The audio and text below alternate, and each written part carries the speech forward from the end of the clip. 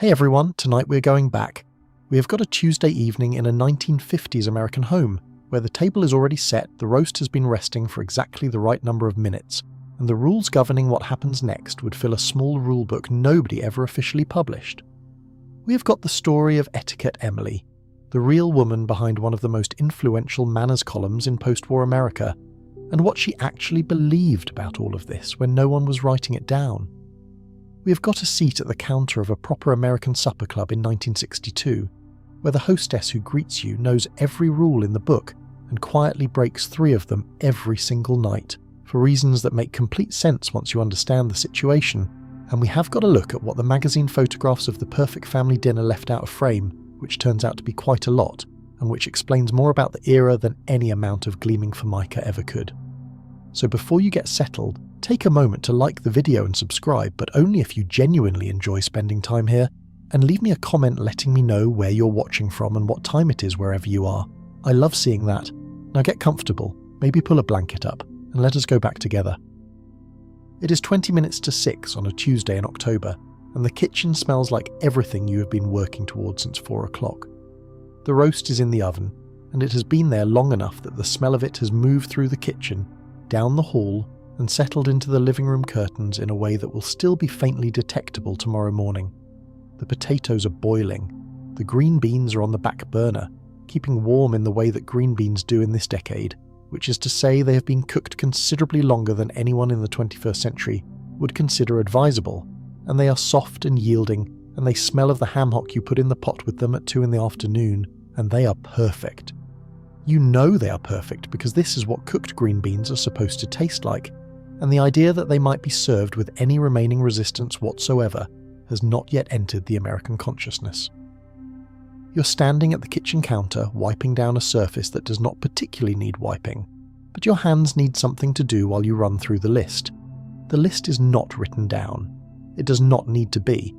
It lives in the part of your mind that has been trained by years of repetition to hold Tuesday dinner in its entirety, from the first preparation step in early afternoon to the moment when the last dish is dried and the kitchen is returned to its daytime state of readiness.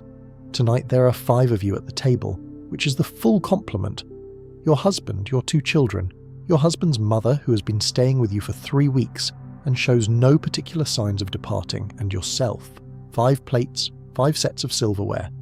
5 glasses for milk for the children and water for the adults, though your mother-in-law will want coffee with her dinner, which you have anticipated, and the percolator is already doing its quiet, fragrant work on the back of the stove. The table is set. You set it at 5:30, which is when you always set it, because dinner is at 6 and there should be time between the table being ready and the family sitting down at it, so that the setting of the table does not become a rushed affair happening under the eyes of people who are already hungry and impatient.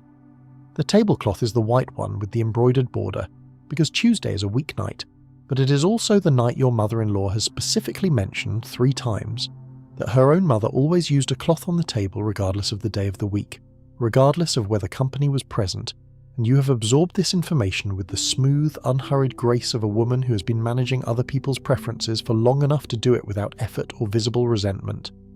The cloth is pressed. The napkins are folded in the simple triangle fold, because the more elaborate folds are for Sunday, each napkin sits to the left of its plate. Each fork sits on the napkin. Each knife lies to the right of the plate with its blade facing inward, toward the plate, because outward-facing blades are impolite, and you were taught this at an age when you could not have explained why outward-facing blades would be impolite, but you have never placed a knife facing outward since, and you are not about to start. The plates are the everyday set, not the good china, because the good china is for Sunday and for company, and your mother-in-law, though she is technically a guest, has by this point in her visit been reclassified in your household taxonomy as something closer to a temporary resident, which means she gets the everyday plates along with everyone else, and has not, to her credit, said a word about it. The glasses are already on the table. The salt and pepper shakers are in the centre of the table, equidistant between the 2 ends, which is where they always go, flanking the small ceramic dish that holds the butter, which is real butter, not margarine, because your husband has opinions about margarine that he has shared with you on several occasions, and that you have found it simplest to simply agree with. The butter dish has a lid. The lid is on. These are not decisions you made consciously tonight. They are the accumulated weight of every dinner you have prepared and served and cleaned up after, and they happen without deliberation, which is one of the things about running a household that nobody ever told you and that you have had to discover on your own, namely that the goal is to get everything so thoroughly internalized that the execution requires no thought whatsoever, freeing up your mind for the problems that actually require thinking. You check the clock, 18 minutes to 6. Your husband will be home in approximately 10 minutes, because he is almost always home at 10 minutes to 6, and you have organised the entire architecture of the evening around this fact. The children are somewhere in the house, and you can hear the specific quality of the quiet that means they are engaged in something and have not yet begun the kind of argument that requires your intervention. This is a gift. You accept it without looking directly at it, because direct acknowledgement of cooperative children has a tendency to jinx the situation in your experience. You open the oven and look at the roast. The roast looks back at you with a satisfied expression of something that has been doing exactly what it was supposed to do for the past 2 hours. You tilt the pan slightly, watch the juices run clear, and decide on 5 more minutes. The roast will rest for at least 10 minutes after you take it out, because your mother always told you that meat needs to rest, and you have served enough roast that came directly from the oven to the carving board to understand exactly what your mother meant, which is that an unrested roast bleeds out its juices the moment the knife enters it, and ends up simultaneously dry and sitting in a spreading puddle, which is not the condition in which you intend to serve dinner, not on a Tuesday, not on any day, but especially not on a Tuesday with your mother-in-law at the table. The sound of the front door is so familiar that you register it in your body before your conscious mind catches up. The specific weight of it, the particular squeak that has been in the 3rd hinge since September, and that your husband says he will fix and that you have stopped expecting him to fix, the sound of keys on the hook. He is 12 minutes early, which is unusual, and you notice this the way you notice anything that deviates from the expected pattern, which is to say immediately and with the part of your mind that is always running a quiet assessment of the household's current state. He appears in the kitchen doorway, and the particular quality of how he stands there tells you something about his day that he has not yet put into words. You have been reading people in doorways for long enough that this is a form of information you receive quickly and file appropriately. He had a difficult afternoon. He is not in a bad mood exactly, but he is carrying something, and the something is going to want to be put down somewhere before dinner, which means you have approximately 12 minutes to give him the kitchen to himself for a glass of water, and whatever version of the day's events he needs to tell before you call the children and put dinner on the table. You hand him a glass and step back toward the stove in a way that is not retreating, but is also not crowding the doorway, because you have learned over years of marriage that there is a geometry to these first minutes after he comes home, and that the geometry matters. The kitchen is big enough to give someone room, and you give him room, and while he talks about the meeting that ran late, and the man in accounting who said something that was not technically out of line, but had a quality to it that your husband found difficult to let sit unchallenged, you are listening with exactly the right portion of your attention, which is most of it, while the remaining portion monitors the roast, the potatoes, the clock, and the temperature of the green beans, because dinner at 6 is not a suggestion.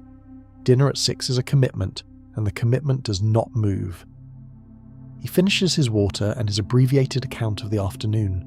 You smile in the way that means you understood what he was telling you, which you did.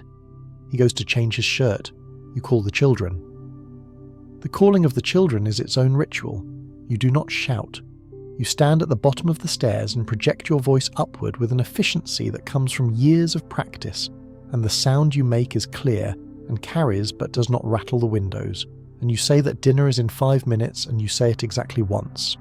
Because the rule in this house is that dinner is announced once, and that children who do not appear at the table within a reasonable interval face consequences that are not so much dramatic as they are simply the quiet withdrawal of pleasantness, which has proven over the years to be more effective than any amount of shouting. Your mother-in-law has appeared in the kitchen. She's standing near the counter in the particular way she has, which manages to convey both helpfulness and a readiness to critique should the opportunity arise, and you hand her the bread basket and ask her if she would mind putting it on the table, and she says of course, and takes the basket with the expression of someone who would have done it without being asked if only she had known where it was, which is a small diplomatic exchange that both of you have been conducting with perfect mutual understanding since approximately the end of her first week here. You drain the potatoes, you pull the roast from the oven and set it on the carving board, you tuck a clean dish towel loosely over it and let it rest, while you put the potatoes back in the pot with the butter and the cream and the salt and work them into the smooth, dense, deeply satisfying consistency that is the only consistency mashed potatoes should ever have in your opinion, which is that they should be smooth enough that a spoon drawn across the surface leaves a clean mark, dense enough that they hold their shape when served, and seasoned generously enough that you could eat them on their own and feel fed. Your husband appears, shirt changed, carrying your youngest into the kitchen on his hip in the way he does when he finds the child somewhere in the house, looking purposeful in a way that suggests the purpose is questionable. Your eldest comes down the stairs with the particular footfall of someone who has been told not to stomp and is not technically stomping, but is certainly not making any effort in the other direction. They arrive at the table and sit, which is its own small achievement on some evenings. The food comes to the table. The roast is carved at the counter, not at the table, because your husband does the carving, and he prefers to do it without the distraction of 4 people watching him, and you have no objection to this. The slices go on the platter goes on the table, and the family is assembled and seated, and there is a moment, a very brief moment, before anyone reaches for anything or says anything or asks for something, in which the table looks the way tables in magazine photographs look, and you notice this moment because you have learned over the years that it exists and that it passes quickly, and that it is worth acknowledging internally before it is overtaken by the ordinary business of actually eating dinner. Your husband says grace, because it is his role to say grace, and the children bow their heads with varying degrees of sincerity, and the grace is the same one he has said at every dinner since before you were married, short and unadorned, and spoken with a matter-of-fact conviction that you have always found more moving than anything more elaborate. And when it is done, the serving begins. There is an order to the serving. Your husband serves the roast from the platter, taking the first portion for your mother-in-law, then for you, then for the children, then for himself, because this is the order in which things are done at this table, with guests and elders served first, women before men, children before the head of the household.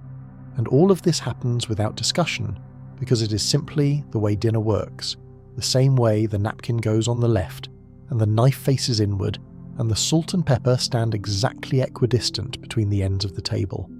These are not arbitrary rules. They are a language, and the language means that this household knows how to behave, and knowing how to behave means something in this time and this place in a way that is difficult to fully convey to someone who did not grow up inside it.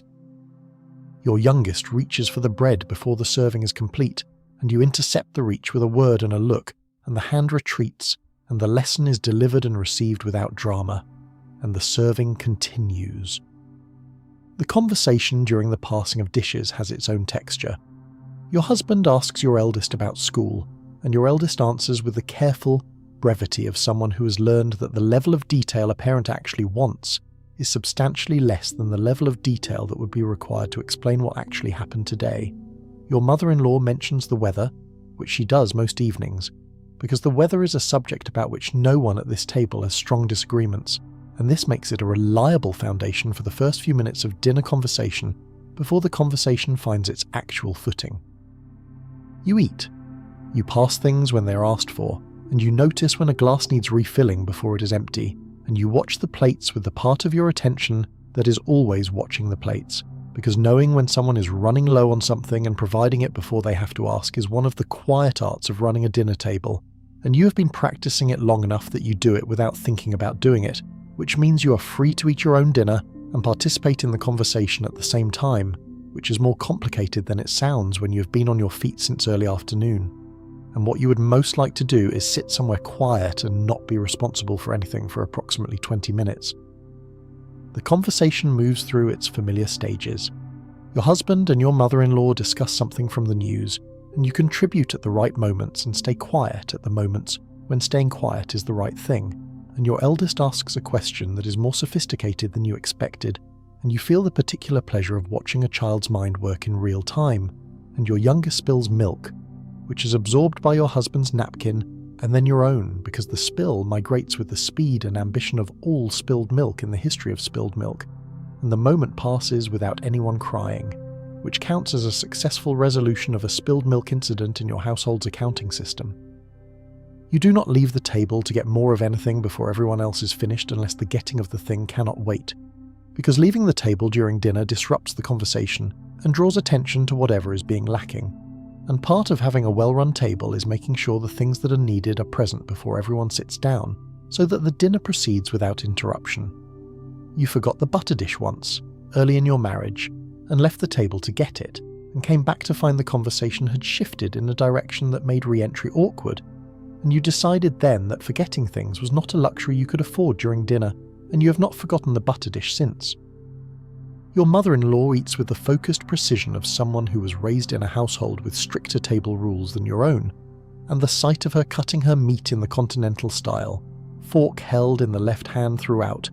has been something you have been explaining to your children since she arrived, because they noticed the difference and asked about it with the directness that children bring to all questions of social variation. And you explained that there are different ways of doing things, and that both ways are correct, and that watching how other people do things is one of the ways we learn about the world.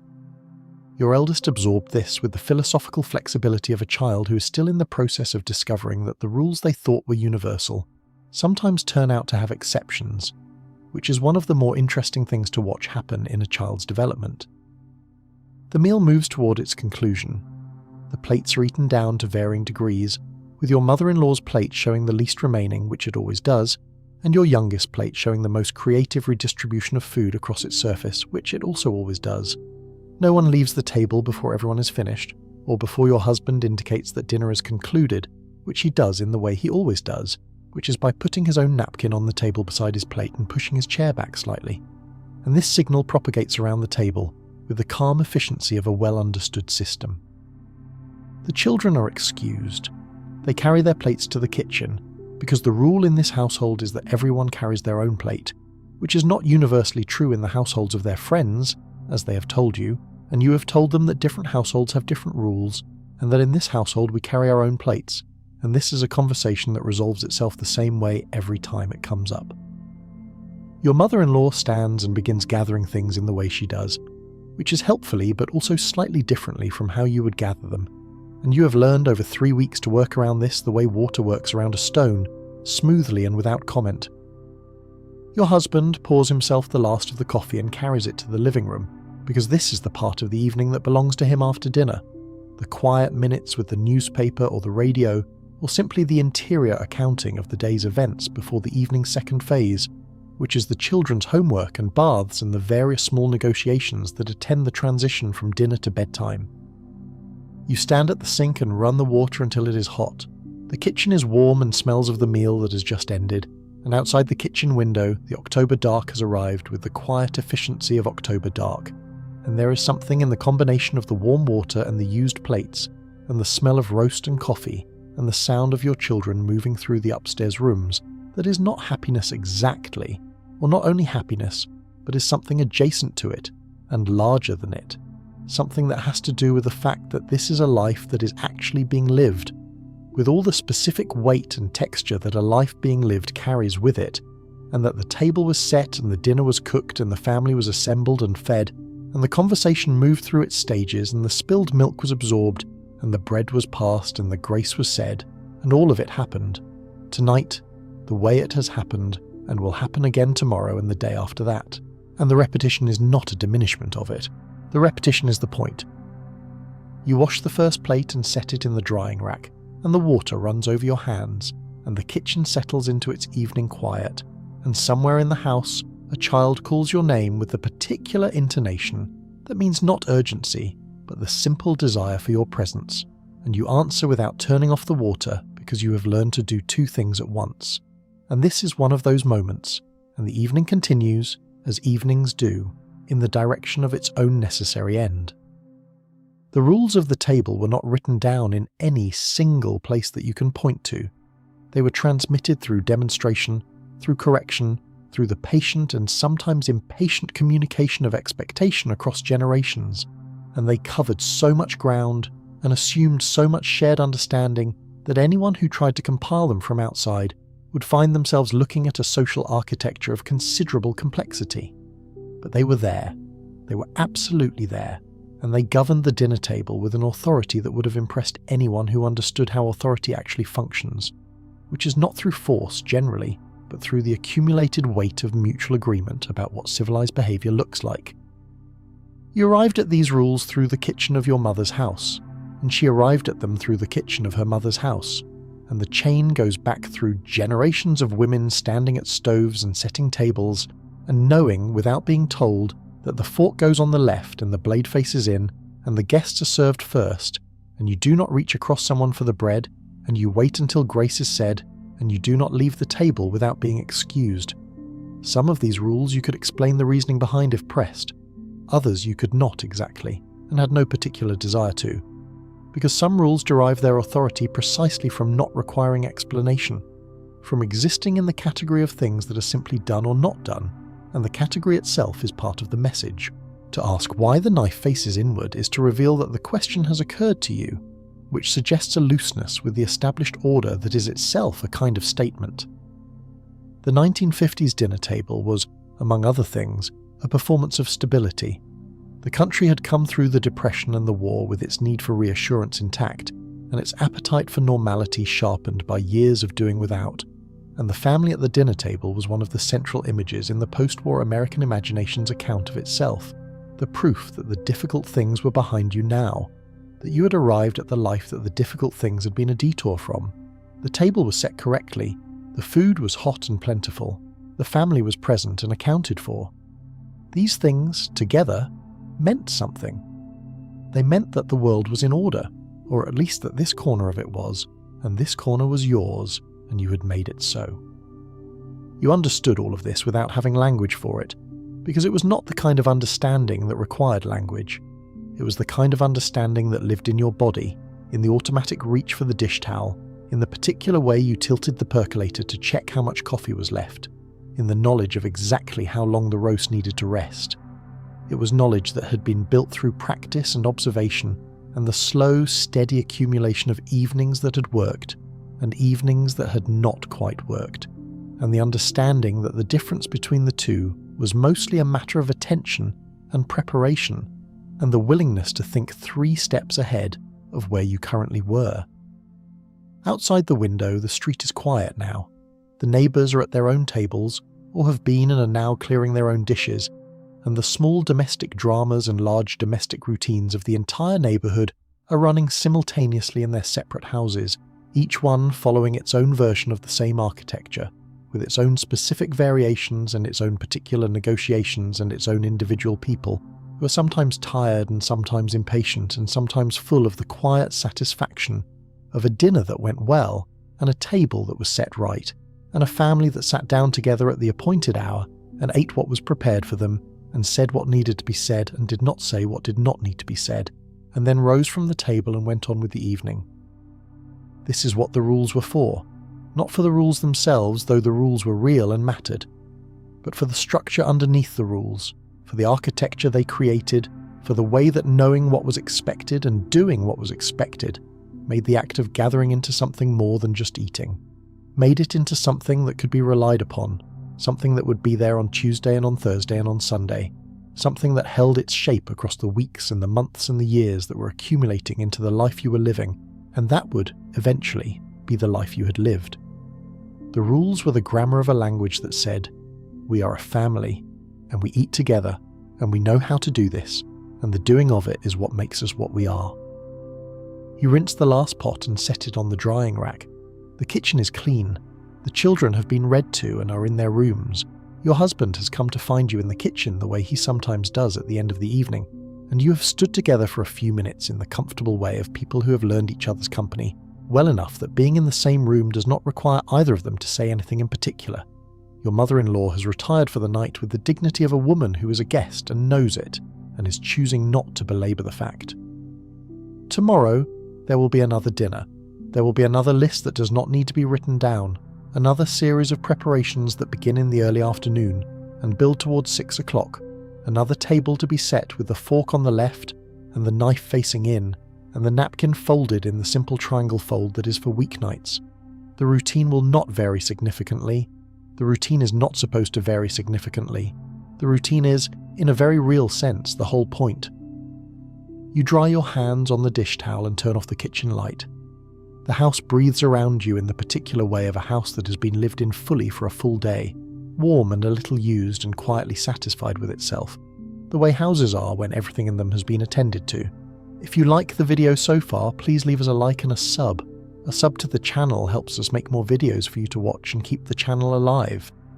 You walk down the hall toward the stairs, and the house settles behind you, and the evening moves into the dark of its own conclusion, and the table is waiting in the dining room with its cloth still on, and its chairs pushed back in, and tomorrow already somewhere in the distance, patient and certain and coming exactly when it said it would. The flour canister is on the left side of the counter, the sugar canister is beside it, and the coffee is in the red tin with the lid that fits slightly too tightly, which means opening it requires a particular grip that you have executed so many times, it is now a single unconscious gesture. You do not think about opening the coffee tin, you open the coffee tin.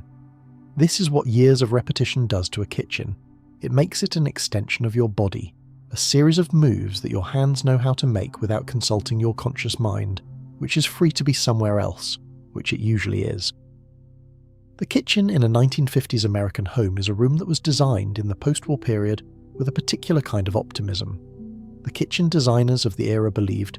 based on the research that home economists had been producing since the 1920s, that the right arrangement of kitchen elements could reduce the labour of meal preparation by meaningful amounts, could eliminate the backtracking and unnecessary steps that turned a simple preparation into an exhausting one, could make the kitchen into a kind of machine for producing meals with the smooth efficiency of a well-engineered process. The concept was called the kitchen work triangle, and it specified that the three primary workstations of the kitchen, the sink, the stove, and the refrigerator, should be arranged in a triangular configuration with each leg of the triangle measuring between 4 and 9 feet, creating a compact working space that required a minimum of travel between the essential points. Your kitchen approximates this triangle. The sink is under the window that looks out at the side yard, where a maple tree is currently in the process of depositing its October leaves onto the lawn in the way that maple trees do, which is all at once and with no apparent concern for the inconvenience this creates. The stove is to the left of the sink, separated from it by a length of counter that holds the canisters and the wooden cutting board and the electric mixer that you use on baking days, and that sits covered with a small cloth that you made from a flour sack. And that is one of dozens of small functional objects in this kitchen that you made from materials that were headed for disposal, because you grew up in a household where things were not thrown away unless they had been thoroughly used and thoroughly repaired, and then used some more, and that training lives in you with the permanence of early learning. The refrigerator is to the right of the sink against the wall, a white Frigidaire that hums with the contented self-importance of an appliance that knows it is essential to the household and is not shy about reminding you. The freezer compartment at the top is small, barely enough to hold the ice cube trays and a package or two of the frozen foods that you use occasionally. The frozen peas that are useful when you are out of fresh and the time is short. The frozen orange juice concentrate that your children prefer to fresh squeezed, in the way that children of this era have already developed a set of preferences shaped by the new convenience foods that are appearing on grocery shelves with increasing regularity and confidence. You have opinions about frozen orange juice concentrate. You keep them to yourself at the dinner table, because the dinner table is not the place for opinions about orange juice. The pantry is a narrow closet off the kitchen, and it is one of your favourite things about this house, because a pantry means that the kitchen counters can be clear of the accumulated provisions that would otherwise crowd them. And clear counters are one of your private standards, the things you hold to not because anyone told you to, but because you discovered through experience that a clear counter is a working counter, and a cluttered counter is a counter that makes everything harder. The pantry holds the canned goods in their orderly rows, the vegetables and the soups and the fruit cocktail and the condensed milk, and the dry goods in their designated spaces, the pasta and the rice and the dried beans and the oatmeal, and the baking supplies with their own section, and the condiments on the door shelf, and the jar of bacon drippings on the middle shelf that is one of the fundamental resources of the kitchen, available for frying potatoes and seasoning green beans and a dozen other applications that make it, ounce for ounce, one of the most useful things in the pantry. You know this pantry the way you know the kitchen, the way you know the house, which is to say completely, in the dark, without effort. This is knowledge that accumulates without your awareness of accumulating it, and that reveals itself only in the moments when someone who does not have it is in the kitchen with you, your eldest, who has been assigned a simple task and who moves through the kitchen with the particular uncertainty of someone who does not yet know where things are. not because the child is inattentive, but because the knowledge is not yet there. Because it takes years to know a kitchen the way you know it, and the years have not yet happened. You watch the child navigate the distance between the stove and the refrigerator, and you see, in the child's movements, the kitchen the way it must have looked to you once, which is as a space full of things you do not yet understand, and you feel the patience that comes from the recognition of your own younger self in someone else's learning. The table settings you grew up with were stricter than the ones you keep now. Your mother's mother was the daughter of German immigrants, and the table in her house had rules that were expressed not as suggestions, but as facts of nature, things that were simply so and were not discussed, and were therefore absorbed into your understanding of the world at an age when you could not yet distinguish between the arbitrary and the necessary. The fork went on the left because the fork went on the left. The knife faced in because the knife faced in. You waited until grace was said because you waited until grace was said. These were not instructions, they were the grammar of the world you lived in. When you set up your own household, you carried these rules with you with the automatic confidence of someone who has never questioned what seemed self-evident. And only later, in the years of running your own table, did you begin to distinguish between the rules that were load-bearing and the rules that were inherited habit. The fork on the left is load-bearing. The sequence in which the dishes are carried to the table is load-bearing in the sense that there is a logic to it that makes the service of the meal run smoothly. But the specific angle at which the knife should rest relative to the plate, the exact position of the water glass relative to the knife, these are matters where the principle, which is orderliness, can be served by several different precise arrangements, and the specific arrangement your mother used and her mother used is simply the specific arrangement they used, which you have continued not because it is the only correct version, but because it is the version you know, and changing it would require a reason, and no reason has presented itself. This is how most domestic rules propagate, not through conscious endorsement, but through the simple momentum of established practice, the path of least resistance when the practice in question is not causing any harm and not requiring any examination. You set the table the way your mother set it because your mother set it that way and her mother before her, and the instruction was complete before the question arose, and the instruction has the authority of everything that was absorbed before the age of questioning, which is a considerable authority. But you have also, over the years, made your own adjustments. You serve the salad at the beginning of the meal rather than at the end because you prefer it that way, and because your family eats more salad when it comes first, before the heaviness of the main course has settled in and reduced the appetite for anything light. This is a deviation from what your mother did, who served the salad at the end in the European fashion,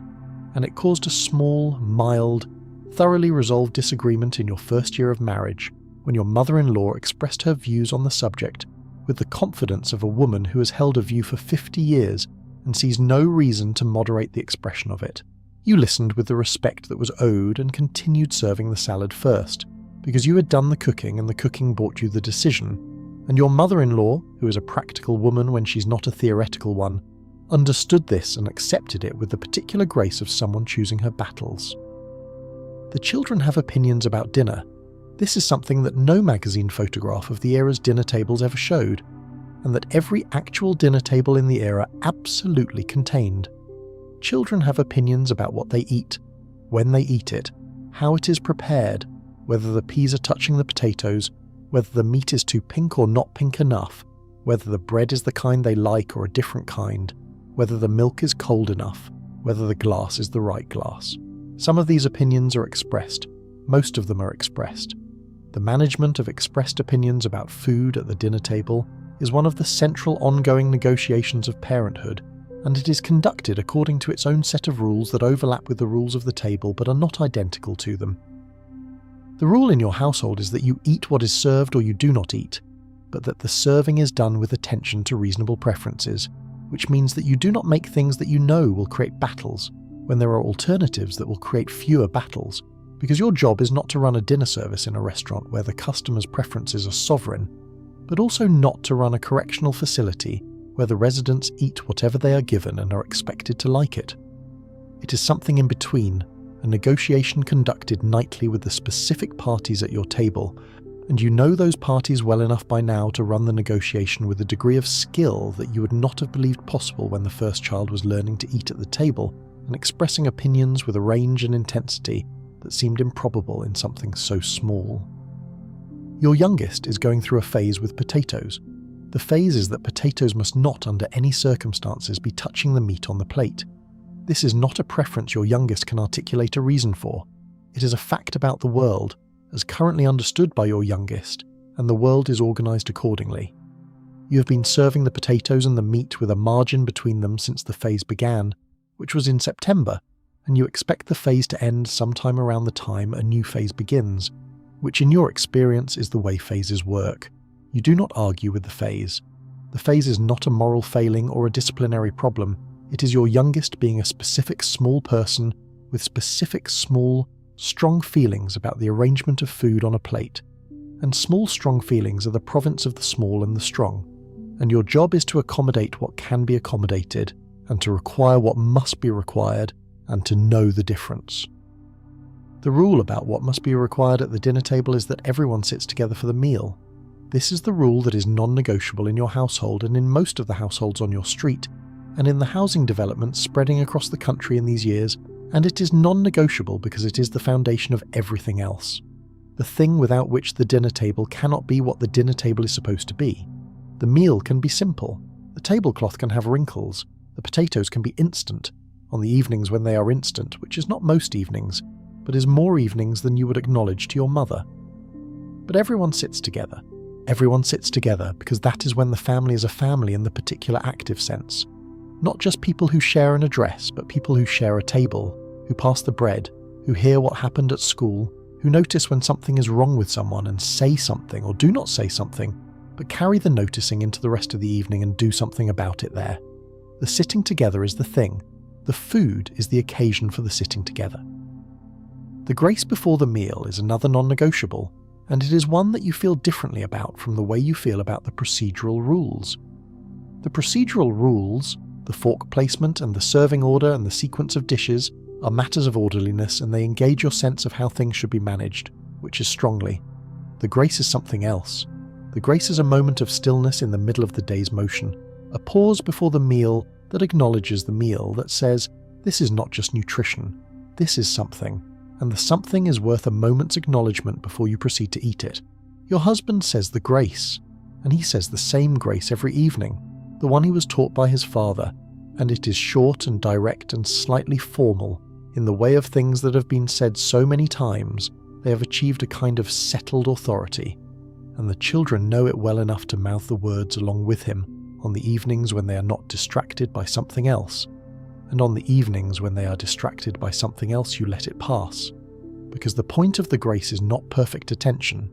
It is the act of pausing together, and the act is happening even when the attention is imperfect.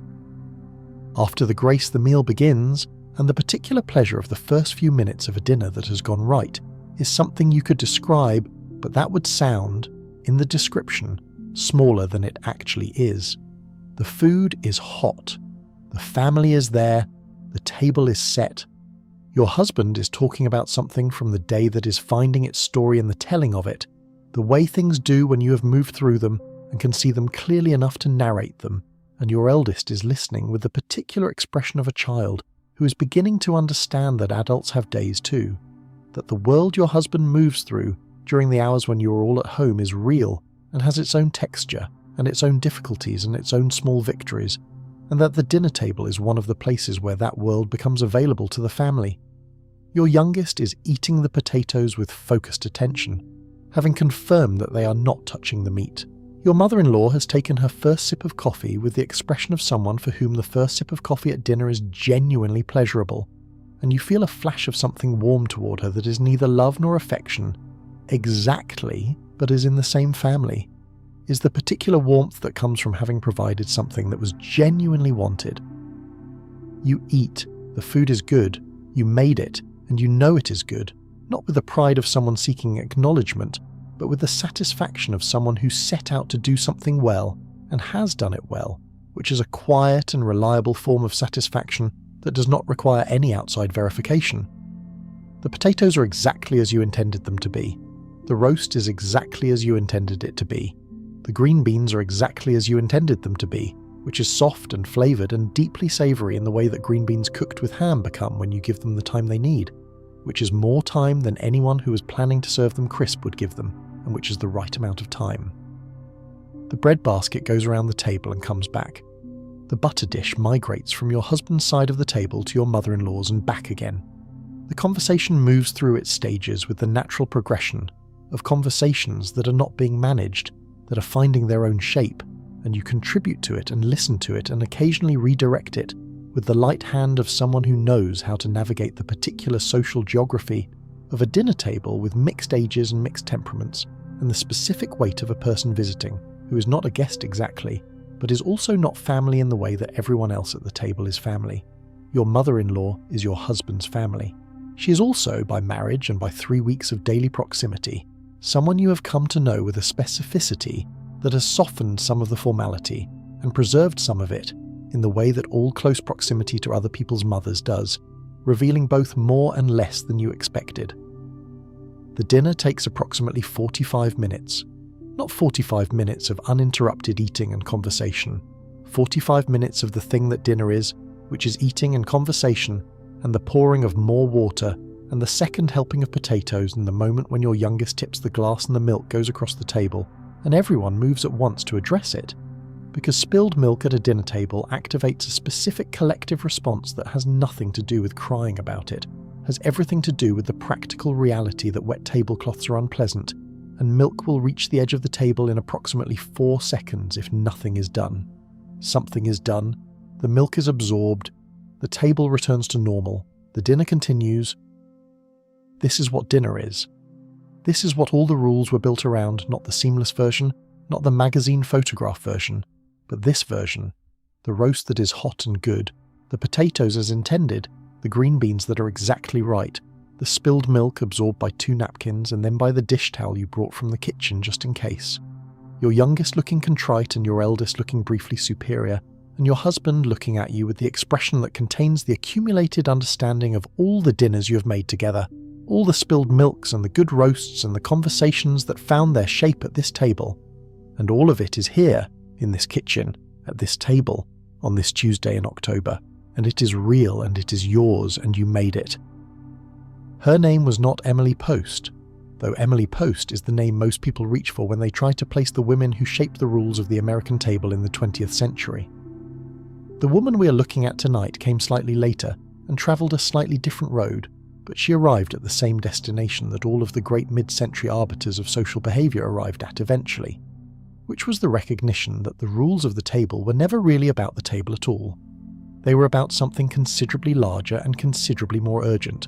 and the urgency had not been created by the women who were articulating the rules. It had been created by the era itself, which was producing new Americans at an extraordinary rate, people who had moved from one region to another, from farms to cities, from working-class neighbourhoods to middle-class suburbs, from households where dinner was whatever you could get on the table, to households where dinner was supposed to be a demonstration of having arrived somewhere, and who needed desperately and immediately someone to tell them what that demonstration was supposed to look like.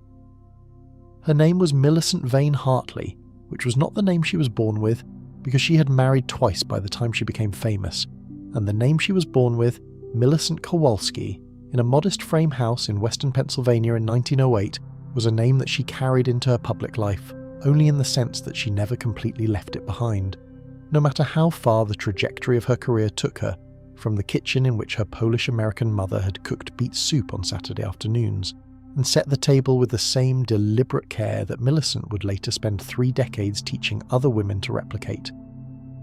The detail of the beet soup is not incidental. Millicent herself mentioned it more than once in the column she wrote for the Household Companion magazine from 1947 to 1964, and she mentioned it always in the same way, which was as evidence that good table manners and immigrant kitchens were not opposites, had never been opposites, and that the women who thought they needed to escape their mothers' kitchens in order to set a proper table were operating under a misapprehension that she was personally committed to correcting. She came to her work circuitously, the way people who end up doing exactly the right thing often do. She'd studied home economics at a state college in Ohio in the late 1920s, a field that was then undergoing its own transformation from a loose collection of domestic arts into something that aspired to the status of a social science, with its own methodologies and its own literature and its own professional associations. She had found in home economics the thing that many intelligent women of her generation found there, which was a discipline that took seriously the work that women were already doing and gave it the structure and language of formal knowledge, and she had thrown herself into it with the enthusiasm of someone who had been waiting without knowing she was waiting for exactly this. She taught high school home economics for several years in the 1930s, in a small Ohio city where many of her students were the daughters of factory workers and recent immigrants, and it was in those classrooms that she developed the central conviction of her professional life, which was that the rules of the dinner table were not the exclusive property of the well-born, but were available to everyone who cared to learn them, and that learning them was not an act of abandoning one's origins, but of expanding one's vocabulary, in the same way that learning a second language does not erase the first. She taught her students to set a proper table the same afternoon she acknowledged that most of their mothers had never set one, and she did this without condescension, and apparently without the students feeling condescension, which is a form of pedagogical skill that is easier to describe than to achieve. The column came about through a connection that is characteristic of how things happened in the middle decades of the 20th century, which is to say through a network of personal relationships that look, in retrospect, improbable and fortunate in roughly equal measure. She had married her first husband, a man named Vane, in 1931, and he worked in insurance, which meant they eventually relocated to Indianapolis, which meant she eventually found herself at a dinner party where she sat next to a woman who edited a regional women's magazine, and they had a conversation about the problem of the new suburbs, which were filling up with young families who had the incomes to set up proper households, but who had grown up in circumstances that had not prepared them for the specific social demands of the post-war middle class. What the column needed, the editor said, was someone who could explain the rules without making people feel that not knowing them was a deficiency of character. What it needed was warmth alongside the information. It needed someone who remembered where she came from. Millicent's first column appeared in February of 1947 in the Household Companion, which had a circulation at that point of approximately 300,000 and would grow, partly on the strength of Millicent's contribution, to nearly 1 million by the early 1950s. She wrote under the byline Emily Hartley at first, because the editor thought a single first name carried better authority than Millicent, which the editor felt sounded too much like a maiden aunt to project the confidence required, and Millicent agreed with the pragmatism of someone who had been teaching teenagers in Ohio for a decade,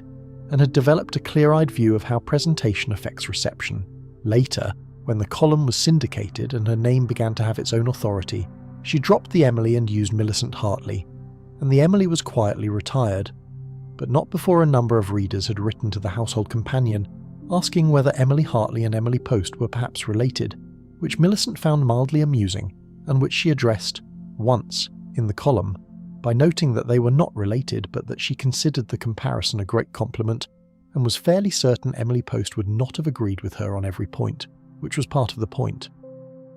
The column addressed itself to the specific, the practical and the non-judgmental, which is a combination of qualities that sounds easy to achieve and is actually quite difficult.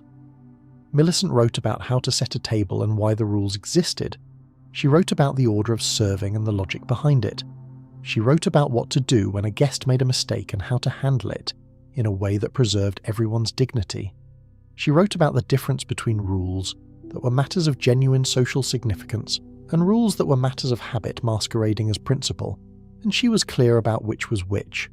because she believed that people deserved to know the difference, and because she suspected correctly that a large portion of her readership was silently asking itself which rules it actually had to follow and which ones it could quietly set aside without anyone noticing. She received, over the course of 17 years, more letters than she could answer, and the letters came from women all over the country, many of them in the new suburbs that were consuming the American landscape in those decades, at a rate that still astonishes when you look at the photographs. The identical houses going up in the converted farmland outside every mid-sized city, each one with its dining room and its kitchen and its dinner table, waiting to be set correctly by someone who was determined to do it right and not entirely certain what right looked like. The letters asked questions that range from the practical to the existential. Whether it was acceptable to serve food from the stove rather than from a serving dish if you did not have enough serving dishes, whether the children were supposed to sit at the table for the entire duration of dinner, or whether they might be excused once they had finished their plates, whether you were supposed to wait for everyone to be served before beginning to eat, and if so, what happened when the hostess was bringing in the food, and the food was getting cold, and whether it was acceptable to start on a course once the hostess had given the signal, even if she herself had not yet sat down. If you like the video so far, please leave us a like and a sub. A sub to the channel helps us make more videos for you to watch and keep the channel alive. Millicent answered all of these questions with the warmth and practicality that were her signature, and the answers were not always the answers that a stricter etiquette authority might have given. She was willing to say that serving from the stove was perfectly acceptable, and that anyone who told you otherwise was confusing form with substance. She was willing to say that children who had eaten their dinner might be excused from the table at a weeknight dinner, though not at a Sunday dinner, and not while a guest was still present. She was willing to say that the hostess signal to begin was not always the hostess sitting down, and that a hostess who waved her guests on with an apron still on her hands was giving a perfectly clear signal, and that anyone who waited anyway was performing a courtesy that the hostess in that circumstance did not actually need. She understood that the rules existed to serve the people using them, not the other way around, and this was the core of her philosophy, stated and restated across 17 years of weekly columns, with the patience of someone who knew that some things need to be said more than once before they fully take root. Her second husband, Hartley, came into her life in 1941, when her first husband died of a heart condition that had been progressive and was not entirely unexpected, but was nevertheless a loss that she carried with the quiet determination of someone who has decided that carrying a loss quietly is the most respectful way to carry it.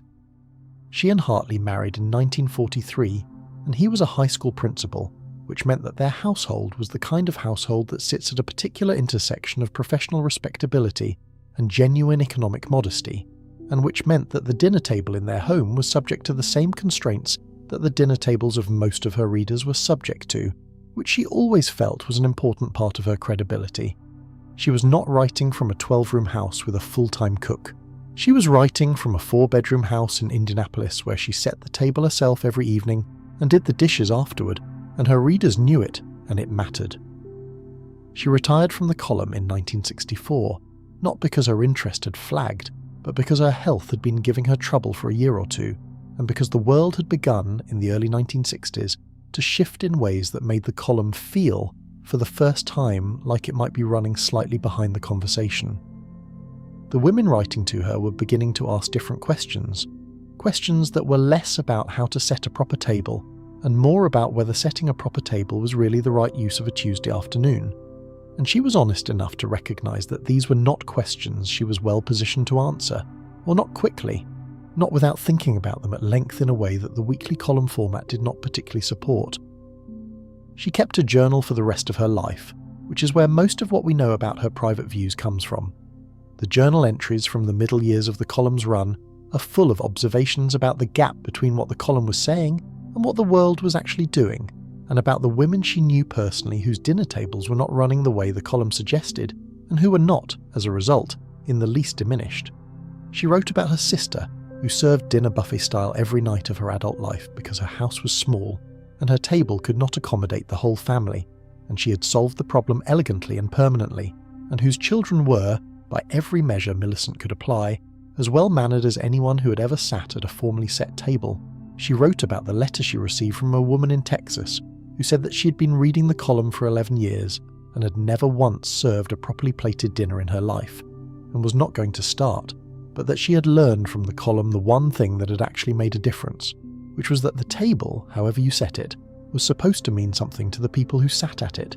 and that meaning was something you could create with care regardless of whether you had the right number of serving dishes. That was the letter Millicent mentioned most often, in the years after the column ended when people asked her what she had been trying to do. The meaning was more important than the method. The method was there to help you create the meaning, and the meaning was simply this: that the family at the table mattered, that the time spent there mattered, that the act of sitting down together and eating what had been prepared, and talking about what needed to be talked about, and passing the bread, and observing the small courtesies that made the occasion feel like an occasion, was something worth taking seriously, worth preparing for, worth doing well. Not because the rules demanded it, but because the people around the table deserved it. She died in 1979 in Indianapolis at 71. Her column had been out of print for 15 years by then, but women who had read it in the 1950s still had the clippings in kitchen drawers and recipe boxes, and some of them, decades later, would find them there when they were clearing out their mother's things and read them again and find that they had aged in the particular way that good practical wisdom ages, which is that it remains useful even when the specific circumstances it was written for have entirely changed. The world that Millicent Hartley was writing into was not the world of grand estates and formal banquets. It was the world of the new American suburb, which was being assembled with remarkable speed in the late 1940s and throughout the 1950s, and which was producing a new kind of household in numbers that had no precedent in American history. Levittown, the most famous of the developments, was begun in 1947, and within a few years had become a small city. Its identical houses arranged on streets with orderly American names, each house with its dining room and its kitchen and its lawn, each household containing a family that was in many cases the first in its lineage to own property, to live in a house with a separate dining room, to have the physical space and the domestic equipment to set a formal table if they chose to.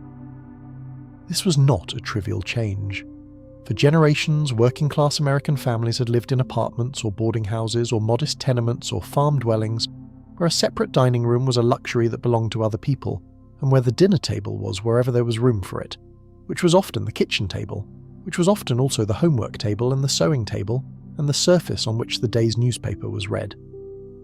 Moving into a house with a dining room meant inheriting a set of expectations about what happened in that room, expectations that had been developed over decades in the households of the middle and upper middle class, and that were now, through the mechanism of the post-war housing boom, being distributed to a much wider population that had not necessarily grown up with them. This is the population Millicent was writing for, not the women who had grown up in houses with dining rooms and had been taught table setting by their mothers and their mothers before them, not the women who already knew which fork went where and which glass was for water and which was for wine, and what it meant when the hostess put her napkin on the table at the end of the meal. She was writing for the women who were setting up their first dining rooms in their first houses, who had bought the table and the chairs and the dishes and the silver plate flatware, and who were standing in front of all of it and asking, not always aloud, whether they were doing it correctly. The anxiety that attended this question in the 1950s was not trivial either. Social class in America had, since the Republic's earliest days, been expressed partly through the management of the dinner table, partly because the dinner table was one of the few arenas where the full repertoire of social competence was on display simultaneously. The food, the setting, the service, the conversation, the treatment of guests, the behaviour of children, all of it visible at once, all of it legible to anyone who knew the code. Moving into the middle class meant learning the code. It meant that the woman setting her first formal table in her first dining room in her first house was engaged in an act that was simultaneously domestic, social and aspirational, and that the act carried a weight that a more secure social position would not have attached to it.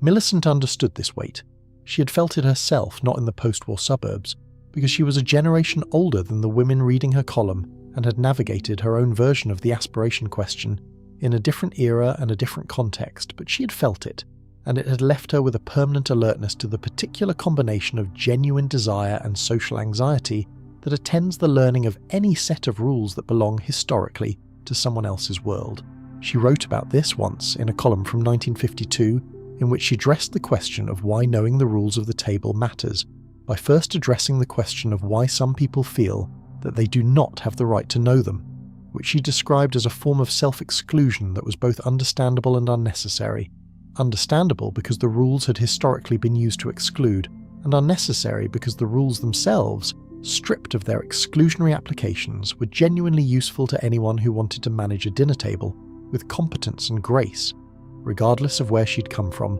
or what her mother's kitchen had smelled like on Saturday afternoons. She was careful about this. She was careful throughout the column's run about the distinction between the rules as instruments of social exclusion, which she had no interest in perpetuating, and the rules as practical tools for managing a social occasion with dignity and ease, which she believed was available to everyone. The distinction was not always easy to maintain. Some of the rules were both things simultaneously, practical tools that also happened to function as social signals, and disentangling the function from the signal required a kind of editorial judgment that she exercised more naturally as the years went on, and her understanding of her readership deepened. The letters that arrived at the household companion offices were sorted by Millicent's editorial assistant, a young woman from Terre Haute named Agnes, who had been with the magazine since 1949 and who had developed, through the sorting of thousands of letters, a taxonomy of the anxieties that animated her employer's readership. There were the procedural letters, which asked specific questions about table setting and serving order and the management of specific social situations. What to do when a guest used the wrong fork, whether it was acceptable to ask guests to help clear the table, how to handle a dinner party at which one of the guests drank too much, which apparently happened with enough frequency to generate a steady stream of letters, and which Millicent addressed several times from several different angles, always with the combination of practical advice and discreet acknowledgement that the situation was both common and genuinely difficult. There were the aspirational letters, which were the ones that asked not about a specific situation, but about the general project of becoming the kind of woman who ran the kind of table depicted in the magazine photographs. And these letters had a particular quality that Millicent found both moving and slightly alarming, because they were the letters of women who believed that the right kind of dinner table would confirm them in a social position they were still, at some level, uncertain they had earned or deserved. Millicent's responses to these letters were always warm, but were also, if you read them carefully, engaged in a gentle project of redirection, away from the performance of social position and toward the simpler, more durable goal of creating an occasion that was genuinely pleasant for the people at the table. She was not dismissive of aspiration. She understood it, but she had also seen, in 30 years of teaching and writing and moving through the world, what happened to women who organised their domestic lives around the performance of a social status rather than the cultivation of a home, and she had opinions about the results, which she shared in the column obliquely and occasionally directly. The column that generated the most mail in any given year was almost always the one published in November, in the weeks before Thanksgiving, because Thanksgiving was the dinner event of the American year, the occasion when every home economist's instructions and every etiquette columnist's guidance converged on a single meal that was expected to be large and formal and perfectly executed and imbued with emotional significance and produced in a kitchen where you'd been cooking since Wednesday afternoon. The Thanksgiving columns were the ones where Millicent allowed herself to be most direct about the gap between the ideal and the practical, because Thanksgiving was the occasion on which the gap was at its most stressful, and she knew it, and her readers knew it, and there was something slightly liberating about addressing the stress directly rather than working around it. She wrote in the Thanksgiving column of 1955 that the most important thing to remember about the Thanksgiving dinner was not the table or the menu or the serving order, but the people around the table, and that the people around the table were the reason the dinner existed, and that any arrangement of the table that made the people around it comfortable and welcome was a correct arrangement, regardless of whether it matched the arrangements depicted in the magazine photographs or the instructions in the formal etiquette manuals. She said this every year, in some version or another, and every year the letters in response told her that the reminder was necessary, which told her something about the ongoing power of the ideal over the actual that she found both informative and a little sad. Her own Thanksgiving tables, in the house in Indianapolis where she and Hartley lived from 1943 until his death in 1968, were described by her niece, who came every year from Cincinnati with her family, as warm and organised and not particularly formal. The good china came out, the tablecloth was pressed, but the serving was casual in the sense that Millicent preferred to let people serve themselves from the dishes on the table, rather than serving from a side table in the proper formal manner, because she found that people ate better and more comfortably when they could see everything at once and take what they wanted, and she preferred people to be comfortable over being formally served, which was perhaps the most concise version of her philosophy, and one that she expressed in practice rather than in print, because it was slightly at odds with the formal table etiquette she also endorsed, and she had decided, without making a formal announcement of the decision, that the contradiction was not one that needed to be resolved publicly. The column was syndicated to 38 newspapers by 1954, and by the late 1950s was running in more than 60 papers in cities from Portland, Maine to Portland, Oregon, with a combined readership that the magazine's circulation department estimated at somewhere between 2 and 3 million weekly readers, though the methodology behind this estimate was, like all such estimates of the era, more optimistic than rigorous. What was not in dispute was that the column had become a fixture of the women's page in dozens of American newspapers, and that Millicent Hartley had become, in the way that happens to people who say useful things in a consistent voice over a long period of time, a kind of authority on the subject she wrote about, not because she declared herself an authority, but because the readers had decided she was one. This authority had its own complications. It arrived gradually enough that she was able to adjust to it without the disorientation that instant celebrity produces, but it also carried with it a set of expectations about what she should say and what she should not say that she sometimes found constraining. There were topics she did not write about in the column, because she had learned, sometimes through letters from readers and sometimes through conversations with her editor, that the column's effectiveness depended on the maintenance of a certain reassuring consistency, a tone that could be relied upon not to surprise or challenge in ways that would alienate the readers who were coming to the column for confirmation and practical guidance, rather than for the kind of complication that would have interested Millicent more. She wrote in her journal, in an entry dated March of 1958, about a letter she'd received from a woman in Birmingham who had described, in some detail, the difficulty of setting a table that satisfied both her own inclinations and the expectations of her mother-in-law, who visited frequently and who held views about the dinner table that were both strong and specific, and not entirely consistent with each other, and who communicated her disappointment with the arrangements she encountered in a manner that had been, over the years, wearing in a way that was difficult to explain to anyone who had not experienced it. The woman was writing to ask whether there were rules about what a mother-in-law was and was not entitled to say about her daughter-in-law's table, and Millicent had not written back, not because the letter did not deserve a response, but because the response it deserved was not one the column could accommodate. What the response would have said in the journal was that the rules of the table are a form of power, and that power is always contested by people who believe they have a claim to it, and that the dinner table of the 1950s was a site where this contest was regularly conducted, between women of different generations, between women who had learned different rules and who each believed their rules were the correct ones,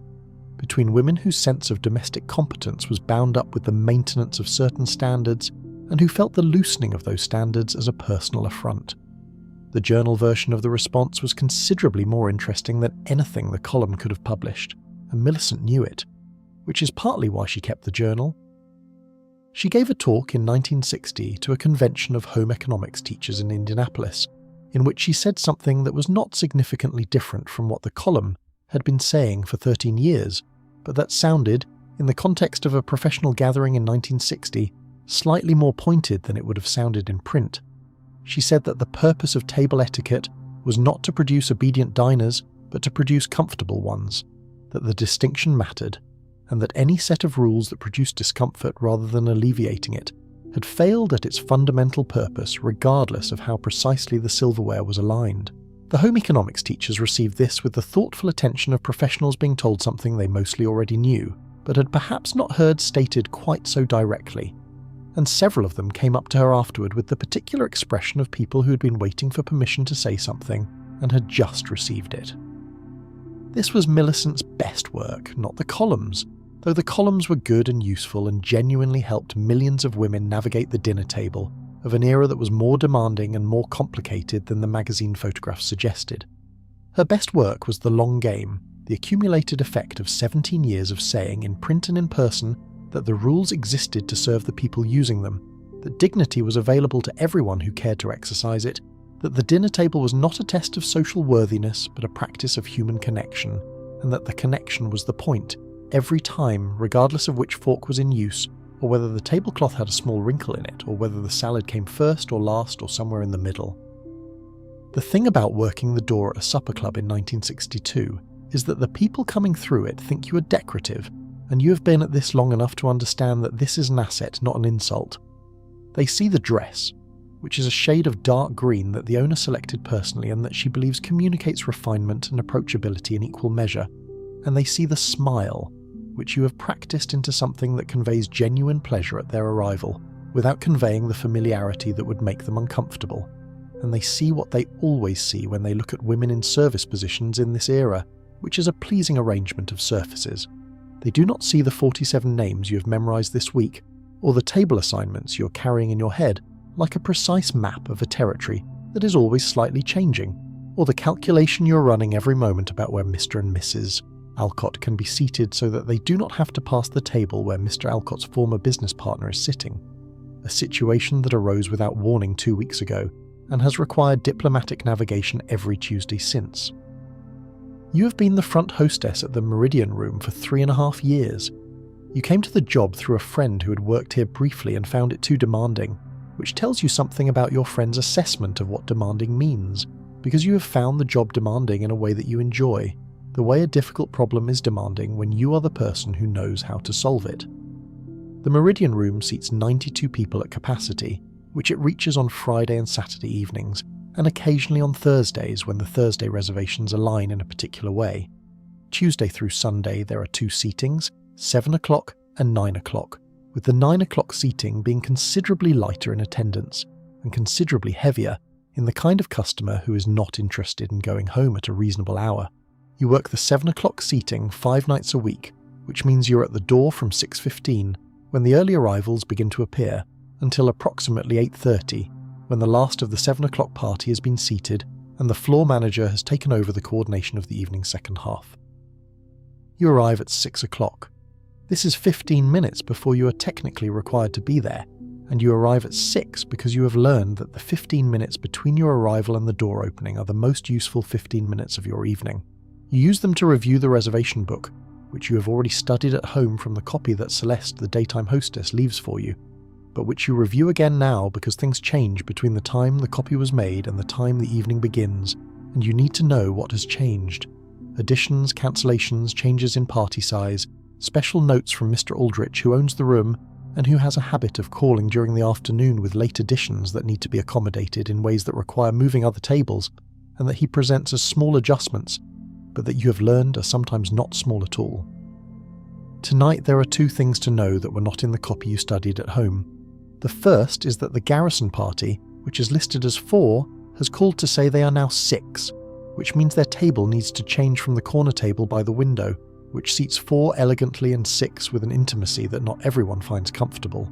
to the round table at the back of the room, which seats 6 properly, and which has been assigned to a party of 2 that can be moved to the corner table by the window where they will feel special rather than accommodated, which is the trick of the whole thing. The second thing to know is that a Mr. Delacroix, whose name you recognise because he has been a monthly regular for the past 1.5 years, has called ahead to say that he will be bringing a guest tonight and would prefer a table in the smaller dining room rather than the main room, a request that carries its own particular meaning in 1962 and that you receive without expression and will execute without comment, because your job is to make the evening run, not to keep any accounting of the reasons people want what they want. You make the adjustments to the table assignments in your head and in the paper copy simultaneously, and you check the floor once, walking the length of the main room at a pace that allows you to confirm that everything is where it should be, which it is, because Daniel, the floor manager, has been here since 5 and has done his own round of checks. The table linen is fresh, the glasses have been polished, the candles are lit because the candles are lit at 6:15 and it is now 6:15. Everything is ready.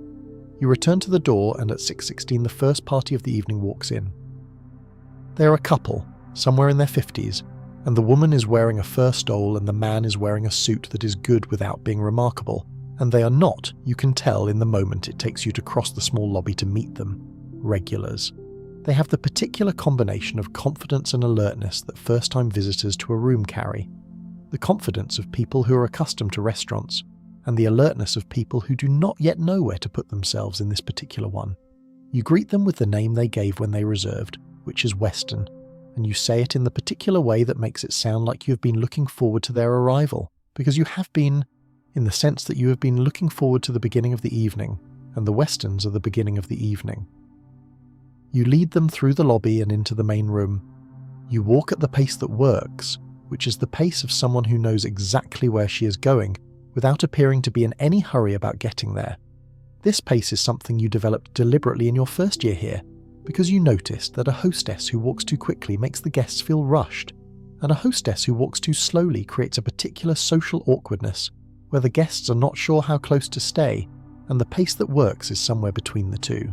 A pace that allows the guests to walk beside you with comfort, while also conveying that you are managing the room with purpose and authority. You seat the Westons at the round table in the alcove, which you have determined is the right table for them based on several seconds of observation. They're a couple dining alone, they are first-time visitors who are here for a quiet evening, and the alcove table is semi-private without being removed from the atmosphere of the room, which means they will feel the room around them, which is what people who come to a room like this are actually paying for, without feeling that they are on display. If you like the video so far, please leave us a like and a sub. A sub to the channel helps us make more videos for you to watch and keep the channel alive. You tell them their waiter is David, and that he will be with them in a moment. You mean this.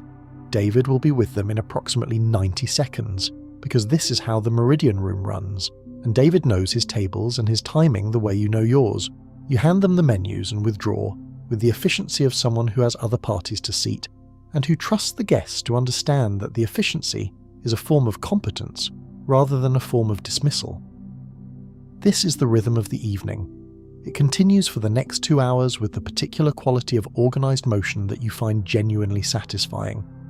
The same way a well-run anything is satisfying to the person who is running it well. Parties arrive, some are on time, some are early, some are running behind in the way that parties always run behind on evenings when everyone dressed at the last minute,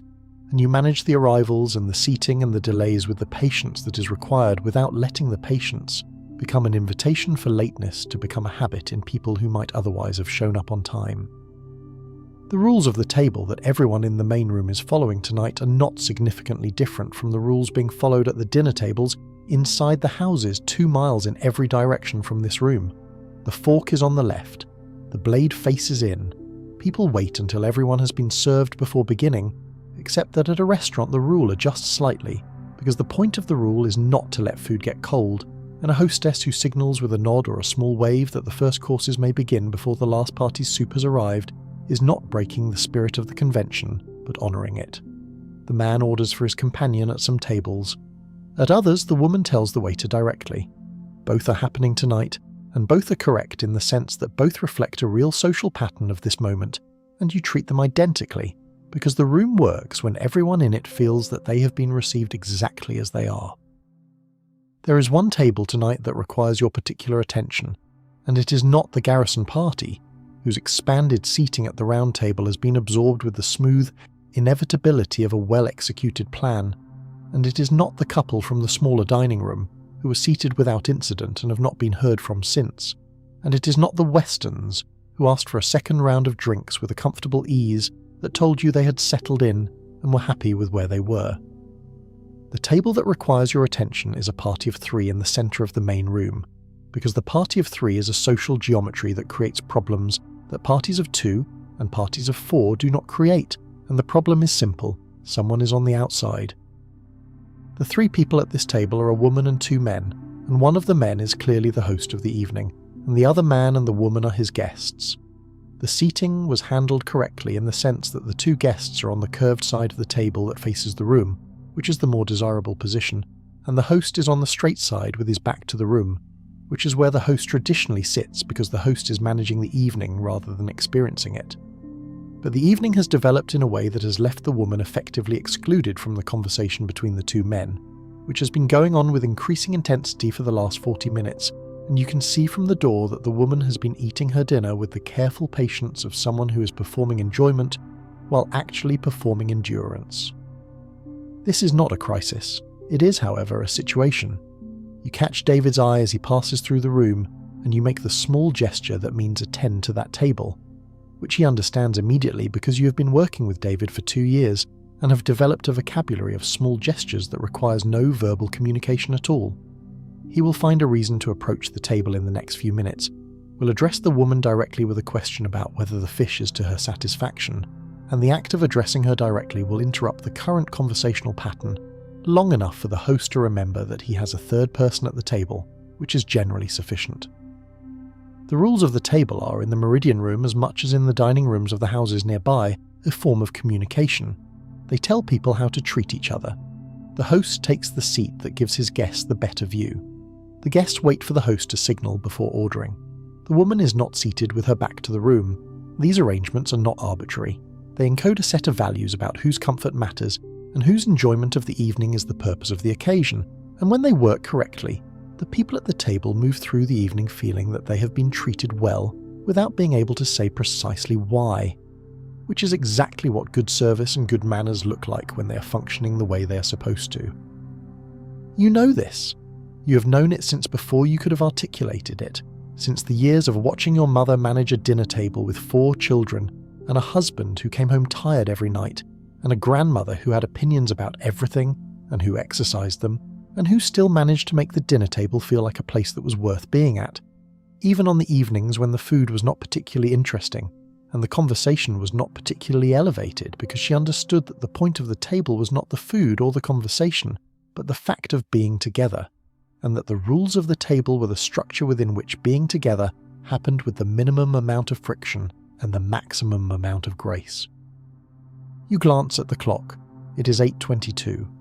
The last of the 7 o'clock parties has been seated for 40 minutes, and the room is running with the particular self-sustaining hum of a well-managed dinner service. In 8 minutes you will hand the door to Daniel and begin the transition toward the 9 o'clock seating, which is a different kind of evening in ways that are difficult to explain, but that you understand immediately when you have been doing this as long as you have. The 7 o'clock crowd is people whose evening begins with dinner. The 9 o'clock crowd is people whose dinner begins an evening. You make one last circuit of the main room, not because anything needs your attention, but because one last circuit at the end of your portion of the evening is something you do, a form of closing ceremony that has accreted over years of practice without you ever deciding to make it a habit, the way all the best habits accrete. The room looks the way a room looks when it is doing its job. The candles have burned down an inch. The conversations have that particular looseness that comes over dinner parties once the food has settled in, and the second glass has been poured, and the formality of the first half hour has given way to something more comfortable. The Westerns in the alcove are leaning toward each other in the way of people who have found something to talk about that they will talk about all the way home. The woman at the table of 3 is laughing at something that the host is saying, and the host is looking pleased, which means David's intervention worked, or the dinner worked, or the evening worked in the way that evenings occasionally work when enough things are in the right place at the right time. You step back to the lobby. You take your coat from the closet behind the reception desk. You nod to Daniel, who nods back in the way that means everything is handled, which it is. You put on your coat in the small staff room, and then you walk out through the kitchen, because the front door belongs to the room now, to Daniel and the 9 o'clock seating, and you have given the room everything you had to give it tonight. The night air is cool outside the service entrance. You stand for a moment in the alley behind the Meridian room, and the sound of the kitchen behind you is the particular sound of a kitchen in the middle of a dinner service, all hot metal and quick voices and the specific percussion of a busy kitchen that runs well. And you have that feeling you sometimes have at the end of an evening here, which is not quite pride and not quite satisfaction, but is something adjacent to both. Something that comes from having spent a portion of your time doing the thing you are good at in the company of other people who are good at their things, and having had the whole enterprise work the way it was designed to work.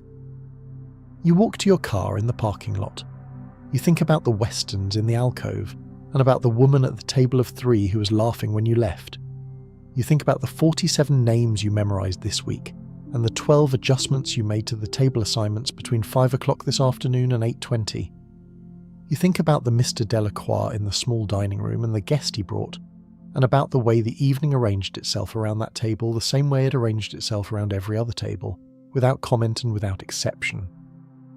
The rules of the table as they existed in the Meridian room and in the houses surrounding it were not walls. They were more like the banks of a river, the thing that gave the water its direction and its strength, that allowed it to move with purpose and carry what it was carrying to where it needed to go. Remove the banks and the water spreads across the landscape and loses its power. Keep the banks and the water knows what it is. The table knew what it was, and the people who set it and maintained it and moved through its rituals every evening, whether they were in a dining room or a supper club or a small kitchen with a linoleum floor and a dish towel over the shoulder, were doing the same thing, night after night, in the accumulated way of people who understand that the doing of it is what makes it true. You start the car. The parking lot is quiet. Somewhere behind you the 9 o'clock seating is beginning, with its different cast and its different tempo and its different conversation, and the Meridian room is doing what it does, which is exactly what it is supposed to do.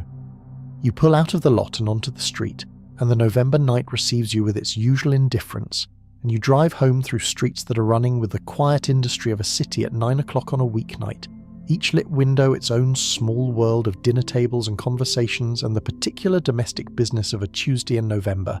And all of it is happening at the same time, all of it is real, and none of it is going to wait for anyone. The Meridian Room is not the largest supper club in the city, and it is not the most expensive, and it does not have the kind of entertainment program that draws people from out of town. What it has is a reputation for consistency, which is, in the restaurant business as in most businesses, worth considerably more than it sounds. People who come to the Meridian Room know what they will find. They will find a well-prepared dinner served in a room that is quiet enough for conversation and warm enough for comfort, by waiters who know their work and a kitchen that has been producing the same dishes with the same quality for long enough that the quality is a matter of system rather than inspiration.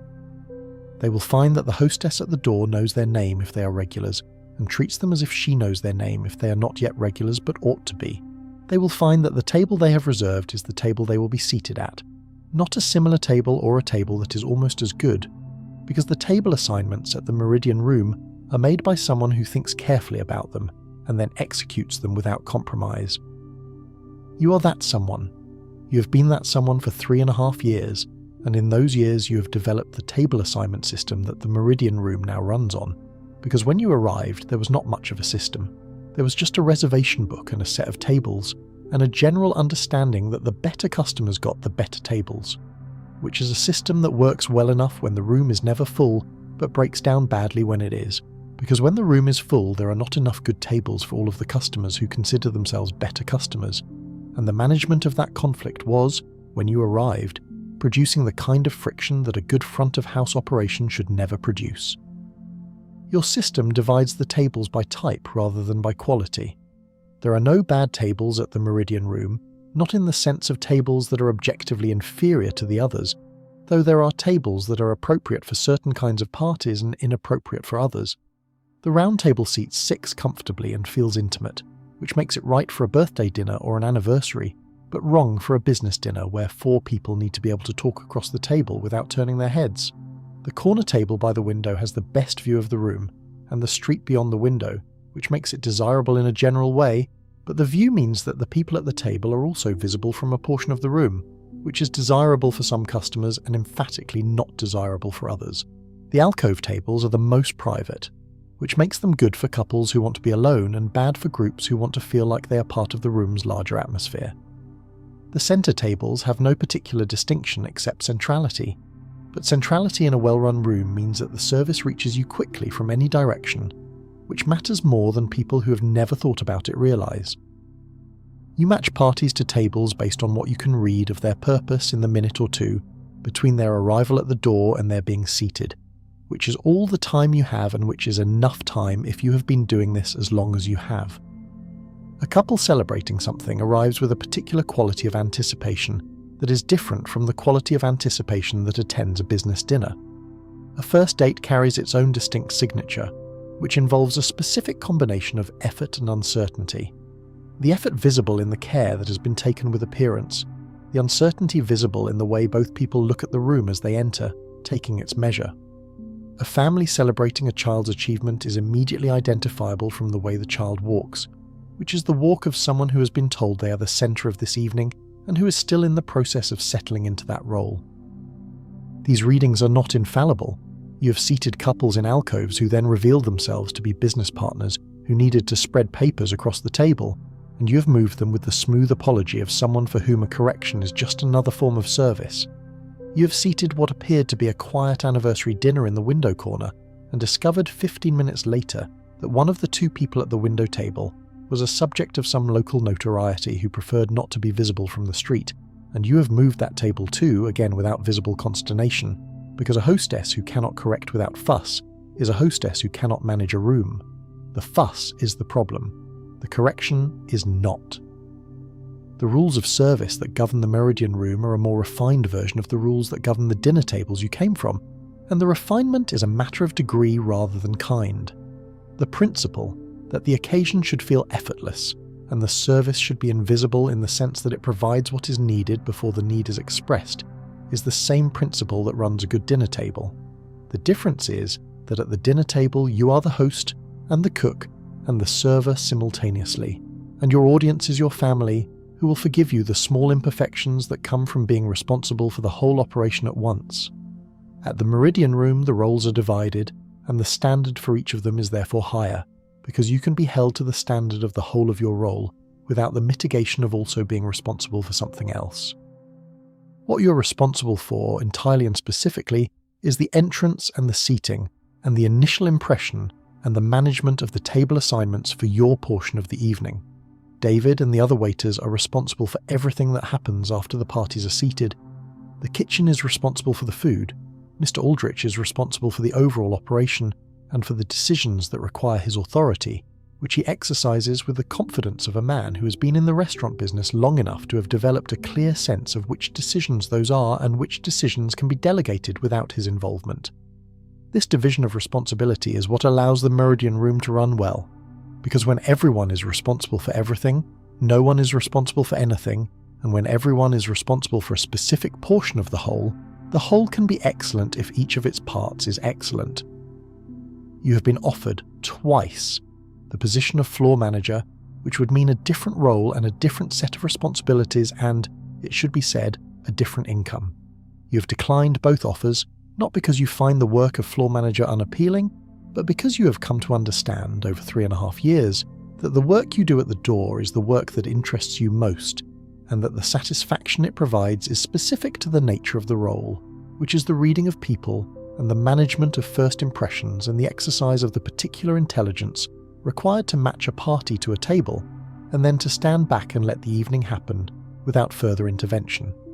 The floor manager's role requires a different intelligence, one that is more procedural and less observational, and you respect it, but you do not feel the particular pull toward it that you feel toward the door. The women who work in the supper clubs and restaurants of the early 1960s occupy a peculiar position in the social geography of the era. They are in a service role, which carries a certain social valence, but they are in a service role that requires the projection of a certain social authority, which complicates the valence considerably. A hostess at a good restaurant occupies, for the duration of the evening, a position of genuine power. She decides where you sit. She controls your first experience of the room. She manages the social dynamics of the seating with a judgment that can make or break the beginning of an evening.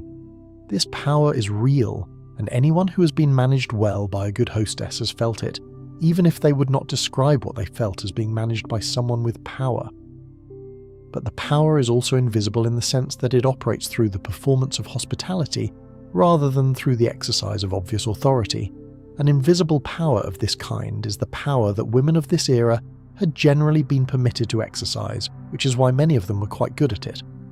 The skills required, the reading of people, the management of social dynamics, the anticipation of needs, the smooth execution of adjustments and corrections without visible effort, were skills that women had been developing and practicing since childhood, in the management of households and families and social occasions,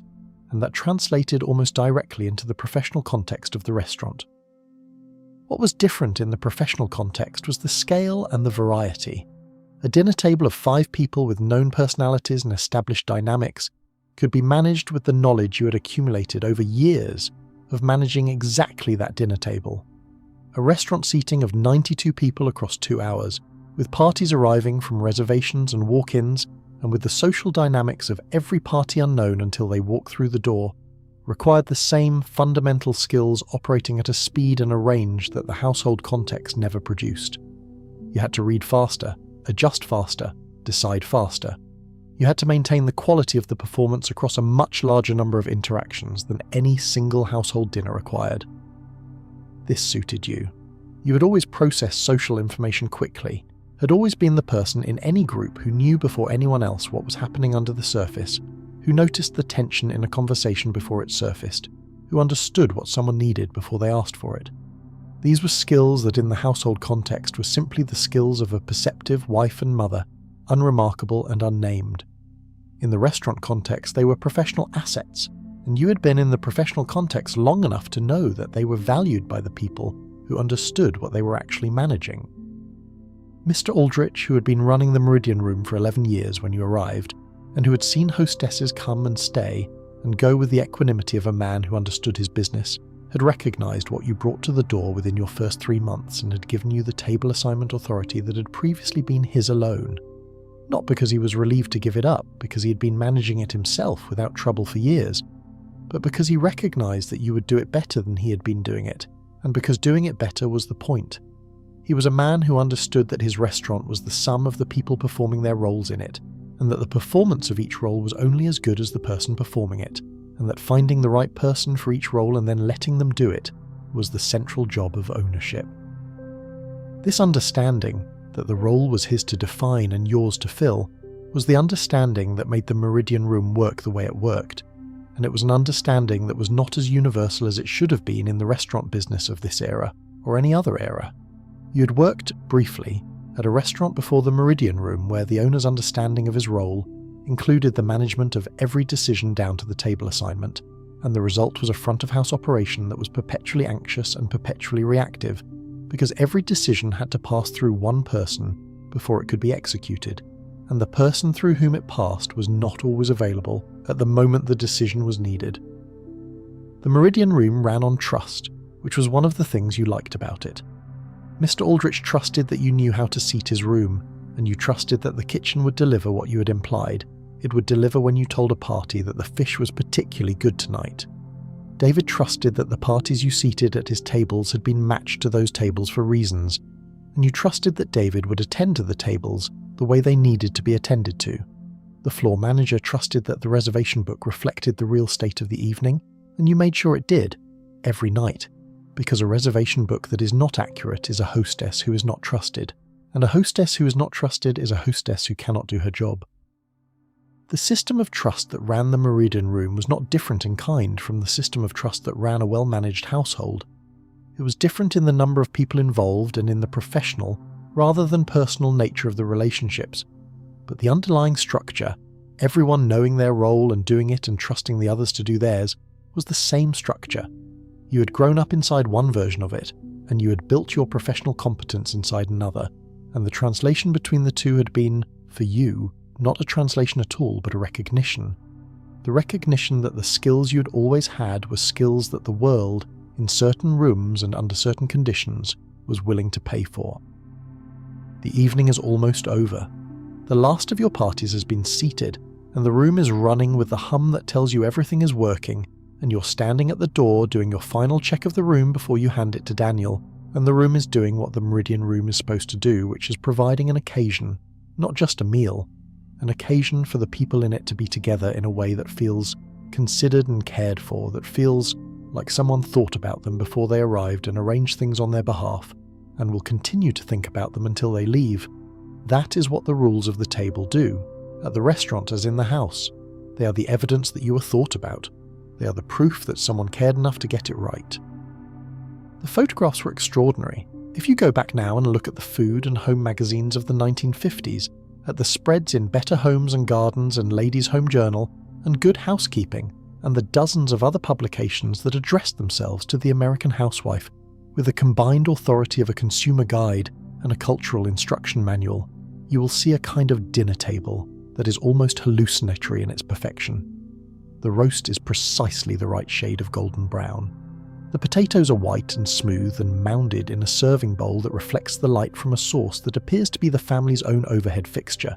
but is in fact a bank of photography lights arranged at precise angles. The family is assembled at the table with the formal informality of people who have been arranged to look like they arranged themselves. The father at one end, the mother at the other, the two children on each side, and everyone's posture is remarkably good, and everyone is smiling, though no one appears to have said anything amusing in the past several minutes. The tablecloth has no wrinkles. This is the detail that gives it away, if you're looking for a detail to give it away. Real tablecloths that have been washed and dried and folded and stored and brought out of the linen closet for dinner, have wrinkles. They have the particular geometry of fabric that has been folded, a series of soft lines that run at right angles to each other and that the iron can reduce but not quite eliminate, especially when you have three other things happening at the same time as ironing the tablecloth. The tablecloth in the magazine photograph has no wrinkles because it was pressed by a professional stylist approximately 4 minutes before the photograph was taken, and because the camera was positioned and the lights were arranged to minimize the visual impact of any irregularity in the surface, and because the photograph was intended to represent an ideal, not a Tuesday evening. The ideal was important. It was not cynically constructed, at least not at the beginning, not in the way that implies a deliberate conspiracy between advertisers and editors to make women feel inadequate by presenting an impossible standard. It was more complicated than that, the way most things in the history of women's domestic life are more complicated than the simple version suggests. If you like the video so far, please leave us a like and a sub. A sub to the channel helps us make more videos for you to watch and keep the channel alive. The magazines were run by women, many of them. The editors and the home economists, and the food stylists and the people who wrote the captions, and many of those women understood the gap between the photographs and the reality, as well as anyone. And some of them thought about that gap with genuine discomfort, and some of them wrote around it in ways that are legible when you know how to read them. But the ideal existed, and it was reproduced week after week in millions of copies of magazines that sat on the coffee tables and kitchen counters of homes all over the country. And the women who read those magazines were looking at pictures of a dinner table that was not their dinner table, and a family meal that was not quite their family meal. And the gap between the photograph and their own kitchens was a gap that was never officially acknowledged and never openly discussed,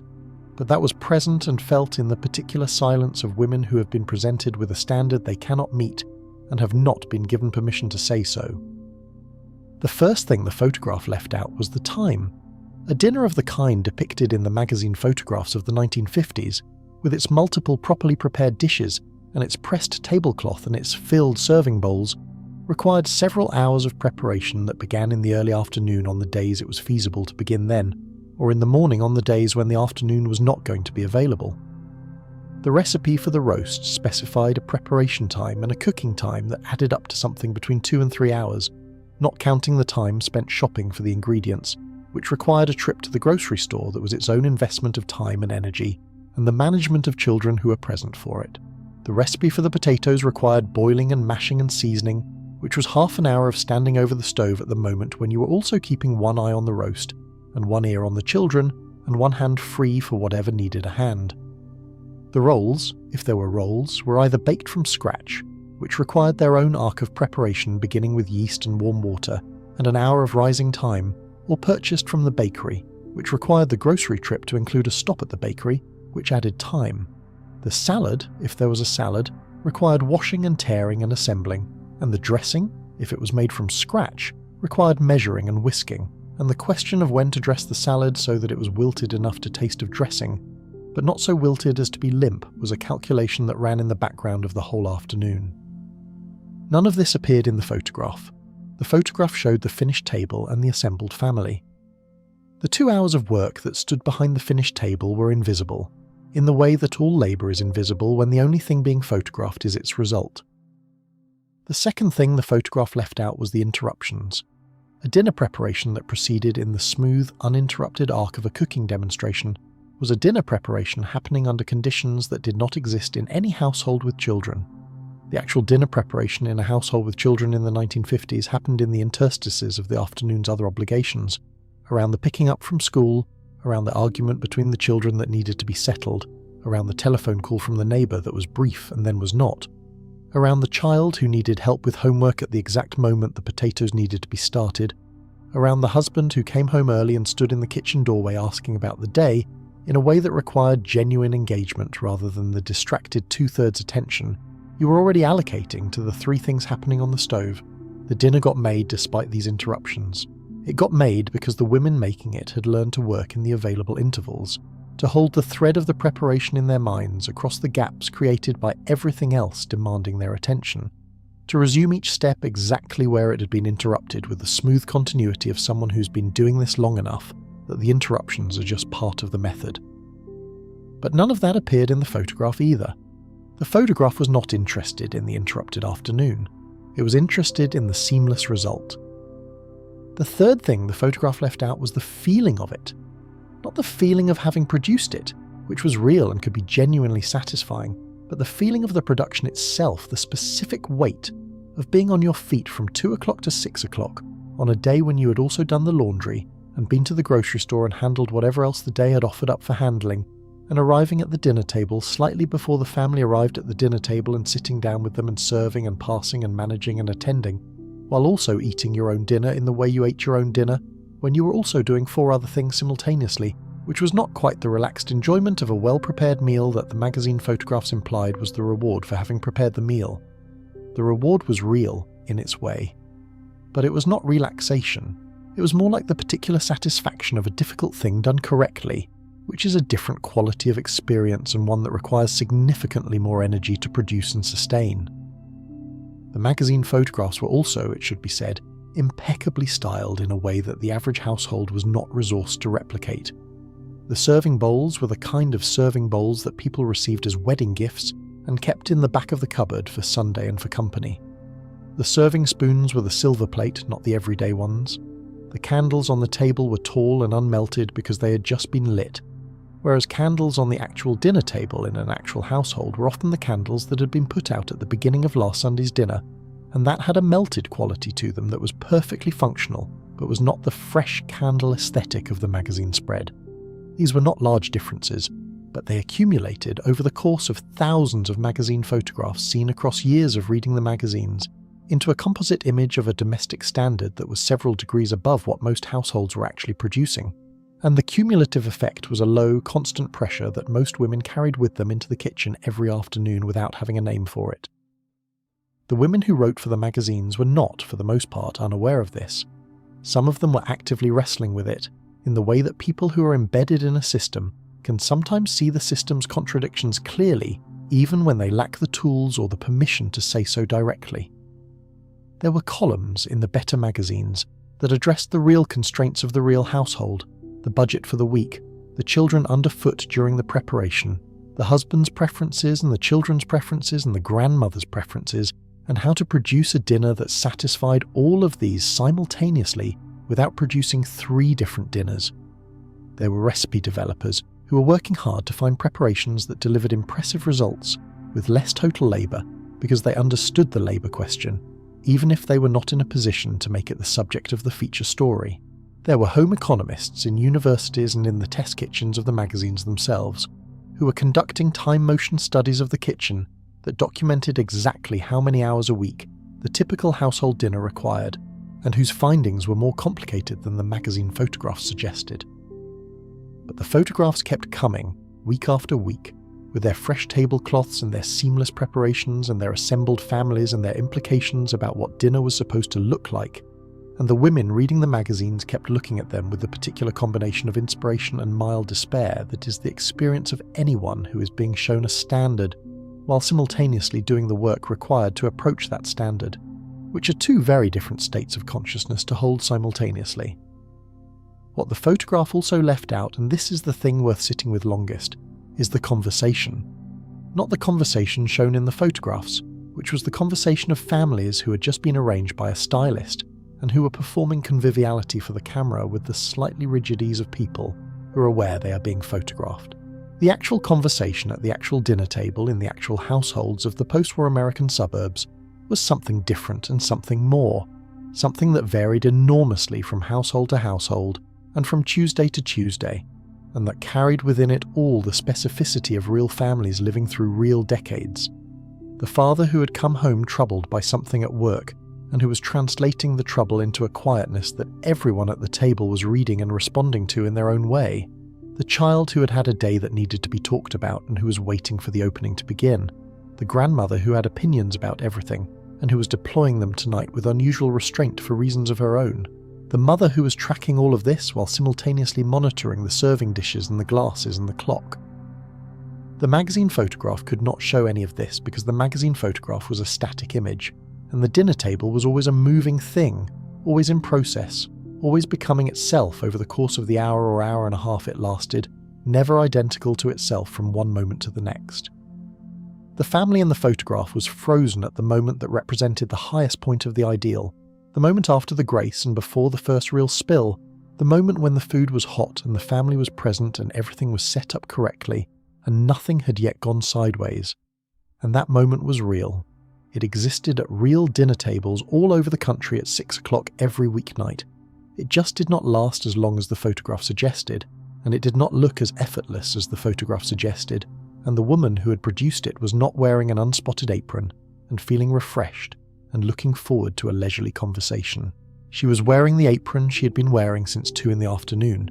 and feeling the particular tiredness that comes from having been responsible for something for several hours and needing it to continue for at least another hour, and knowing that the cleaning up was still ahead. This is not a revision of the era or a diminishment of it. The dinner table of the 1950s was a real and significant institution, and the work that went into producing it was real and significant labour, and the women who performed that labour were often extraordinarily skilled at it, which was itself a form of intelligence and capability that the era frequently failed to name correctly. The gap between the photograph and the reality is not evidence that the photograph lied. Exactly. It is evidence that the photograph was a photograph, which means it was a single moment extracted from a continuous process and presented as if that moment were the whole truth. The whole truth was larger and more complicated and considerably more interesting. The whole truth included the woman who leaned against the kitchen counter at 8:15 on a Tuesday evening after the dishes were done and the children were in bed and the house was quiet, and who felt in that moment not the performance of satisfaction that the magazine photographs implied was the emotional state of the ideal housewife, but the real and specific satisfaction of someone who had managed a complicated operation with competence and care, and had fed the people she was responsible for feeding, and had gotten through the day in good order. That satisfaction was quieter than the photograph suggested. It was also more durable. It did not require a fresh tablecloth or a photographer's light. It required only the honest reckoning with what the day had been, and what it had asked of you, and whether you had in fact met the asking. She had. She always had. That is the part the photographs left out, and it is the most important part.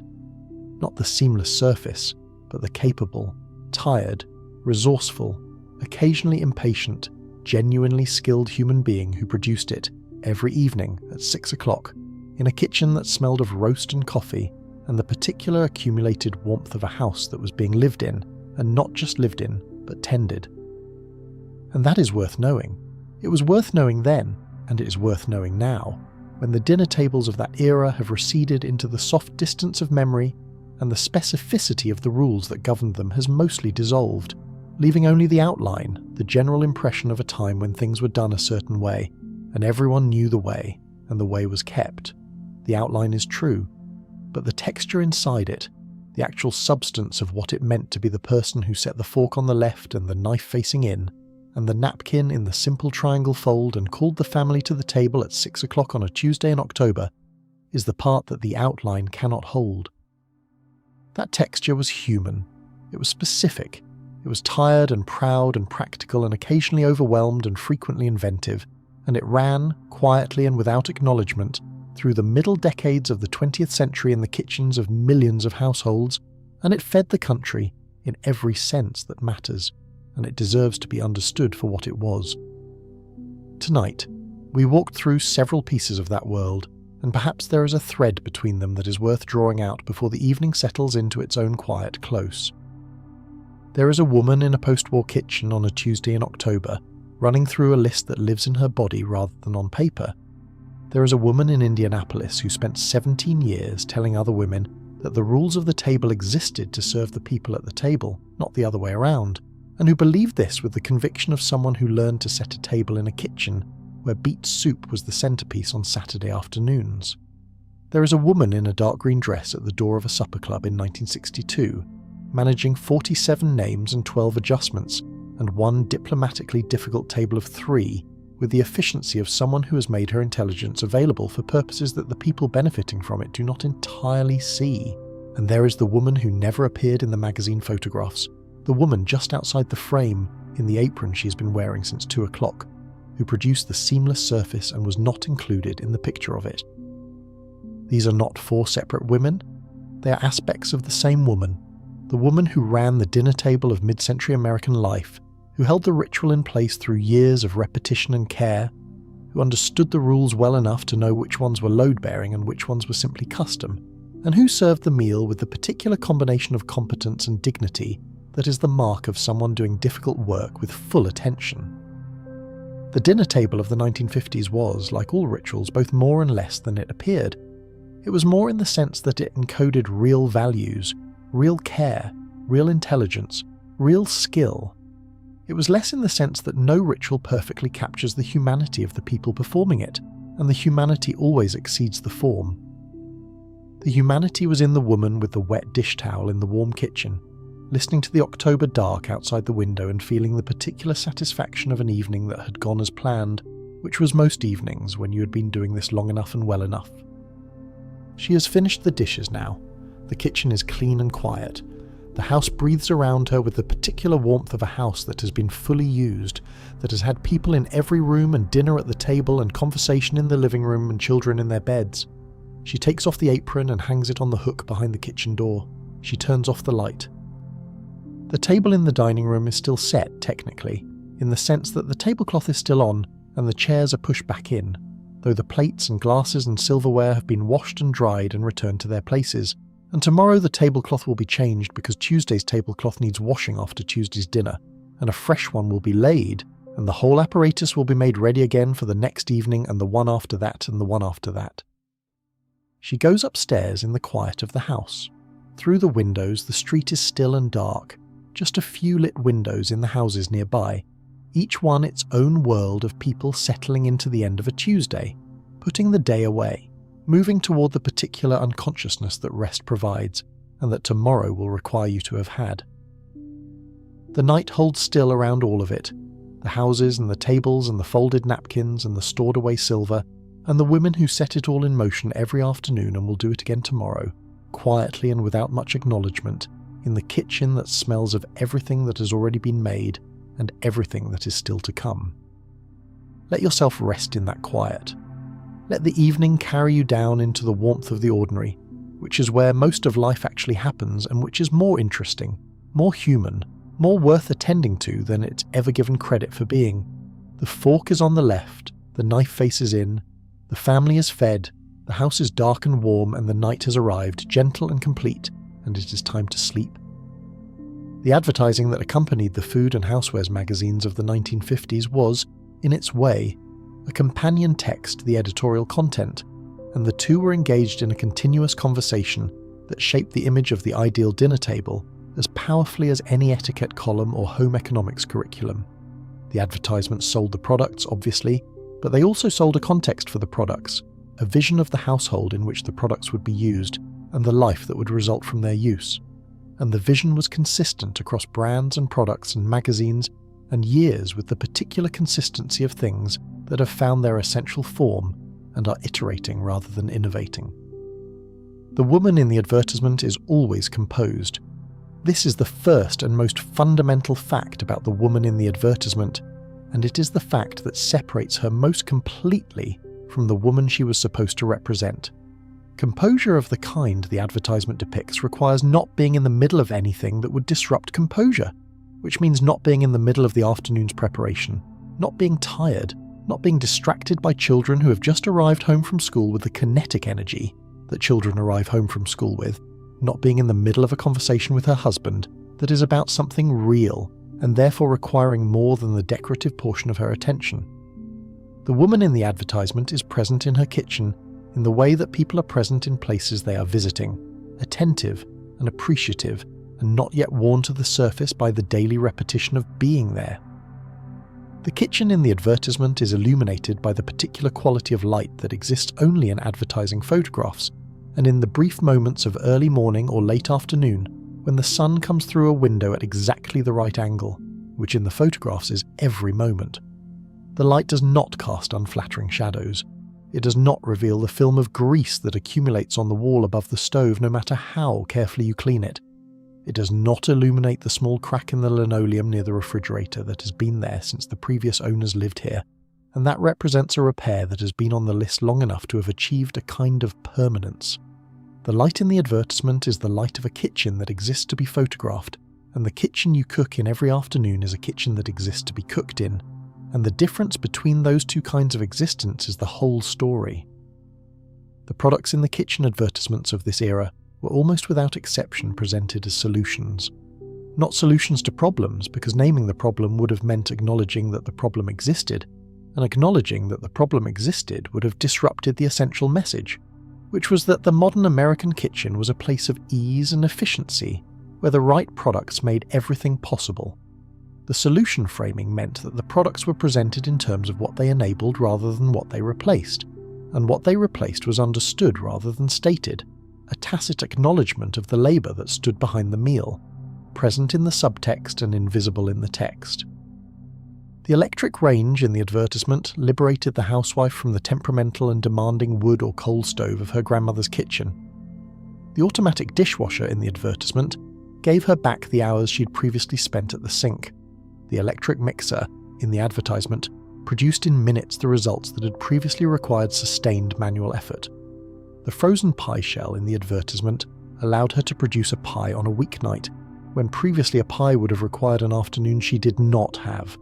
Each of these products was real, and each of these claims was real, in the sense that the electric range was genuinely easier to manage than a wood stove, and the automatic dishwasher genuinely did reduce the time spent washing dishes by hand. But the liberation framing implied a kind of domestic leisure that the accumulation of labour-saving devices never quite produced in practice, because the labour saved by one device was consistently replaced by a new expectation, a higher standard for the product being produced, or a new category of product that now needed to be produced at all.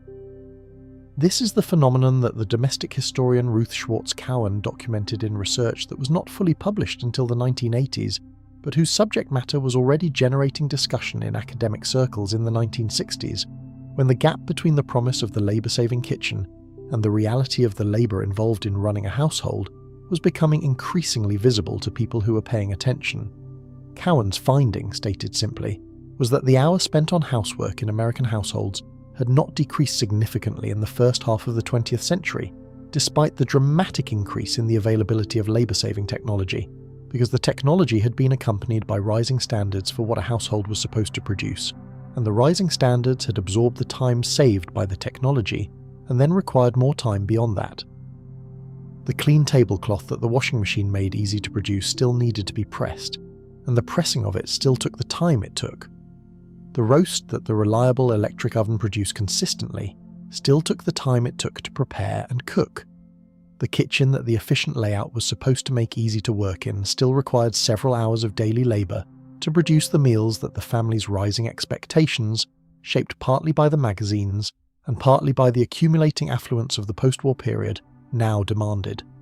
The expectation that dinner would consist of a main dish and 2 or 3 sides, and a dessert and would be served hot at the appointed hour, was an expectation that had been produced and maintained by precisely the combination of advertising images and editorial instruction and social pressure that also claimed to be making it easier to meet.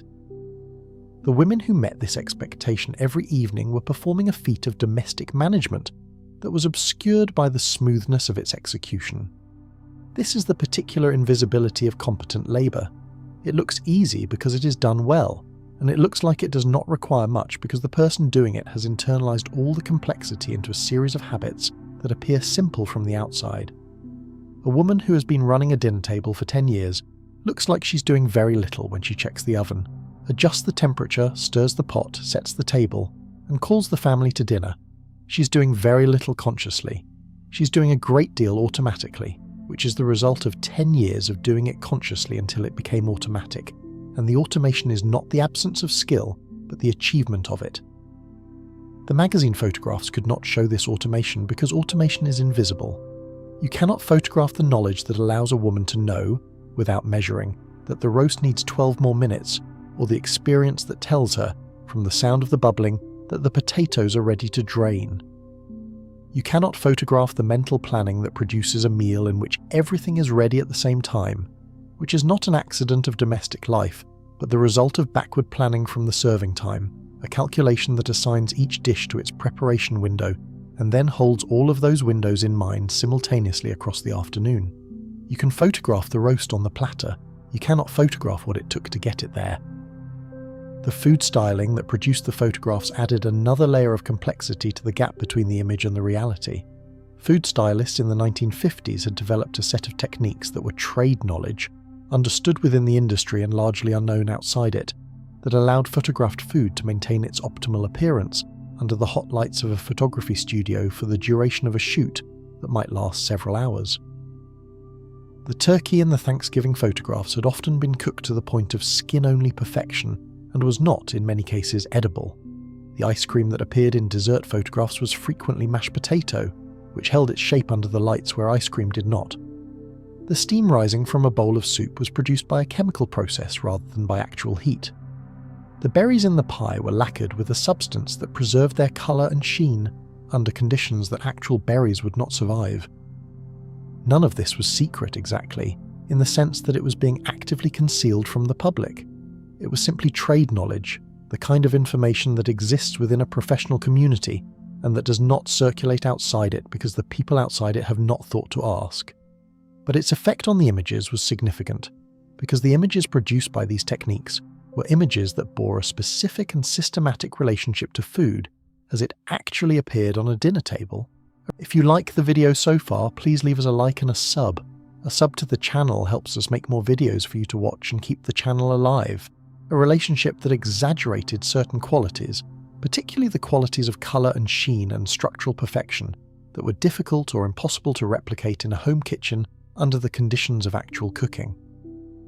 The women reading the magazines were looking at photographs of food that was not quite food, or was food that had been subjected to processes that removed it from the category of food as their families ate it, and they were comparing what they saw in the photographs to what they produced in their kitchens, and finding the gap between the two instructive in a direction that was not particularly useful or true. What the gap was actually measuring was not the difference between a skilled cook and an unskilled one.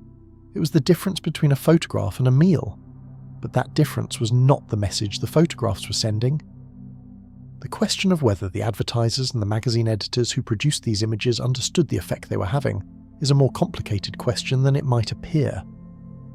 The industry operated with a general understanding that advertising images were idealized rather than realistic, and that this idealization was both conventional and expected. No one in the advertising business of the 1950s believed that their photographs were providing documentary evidence of the way American kitchens looked and the way American food appeared. They were producing aspirational images, images of the way things could look under the best possible conditions with the best available products, and they believed, or had persuaded themselves, that this was a reasonable form of commercial communication rather than a form of systematic misrepresentation. The women looking at the images were sophisticated enough to know, in some abstract sense, that advertising images were idealized. They had been reading advertising since childhood. They understood, at a certain level, that the products being advertised would not transform their lives in the dramatic way the advertisements implied. And yet the cumulative effect of years of exposure to images of the ideal kitchen, and the ideal dinner table, and the idealized housewife who operated them was not nothing, was not simply absorbed and discounted. It settled into the background of expectation, into the standard against which the actual kitchen, and the actual dinner table, and the actual woman preparing them were measured, and the measuring happened involuntarily without conscious decision, in the way that all standards we have absorbed do their work. The measurement produced a result that was for many women a mild but persistent sense that they were not quite achieving what should have been achievable,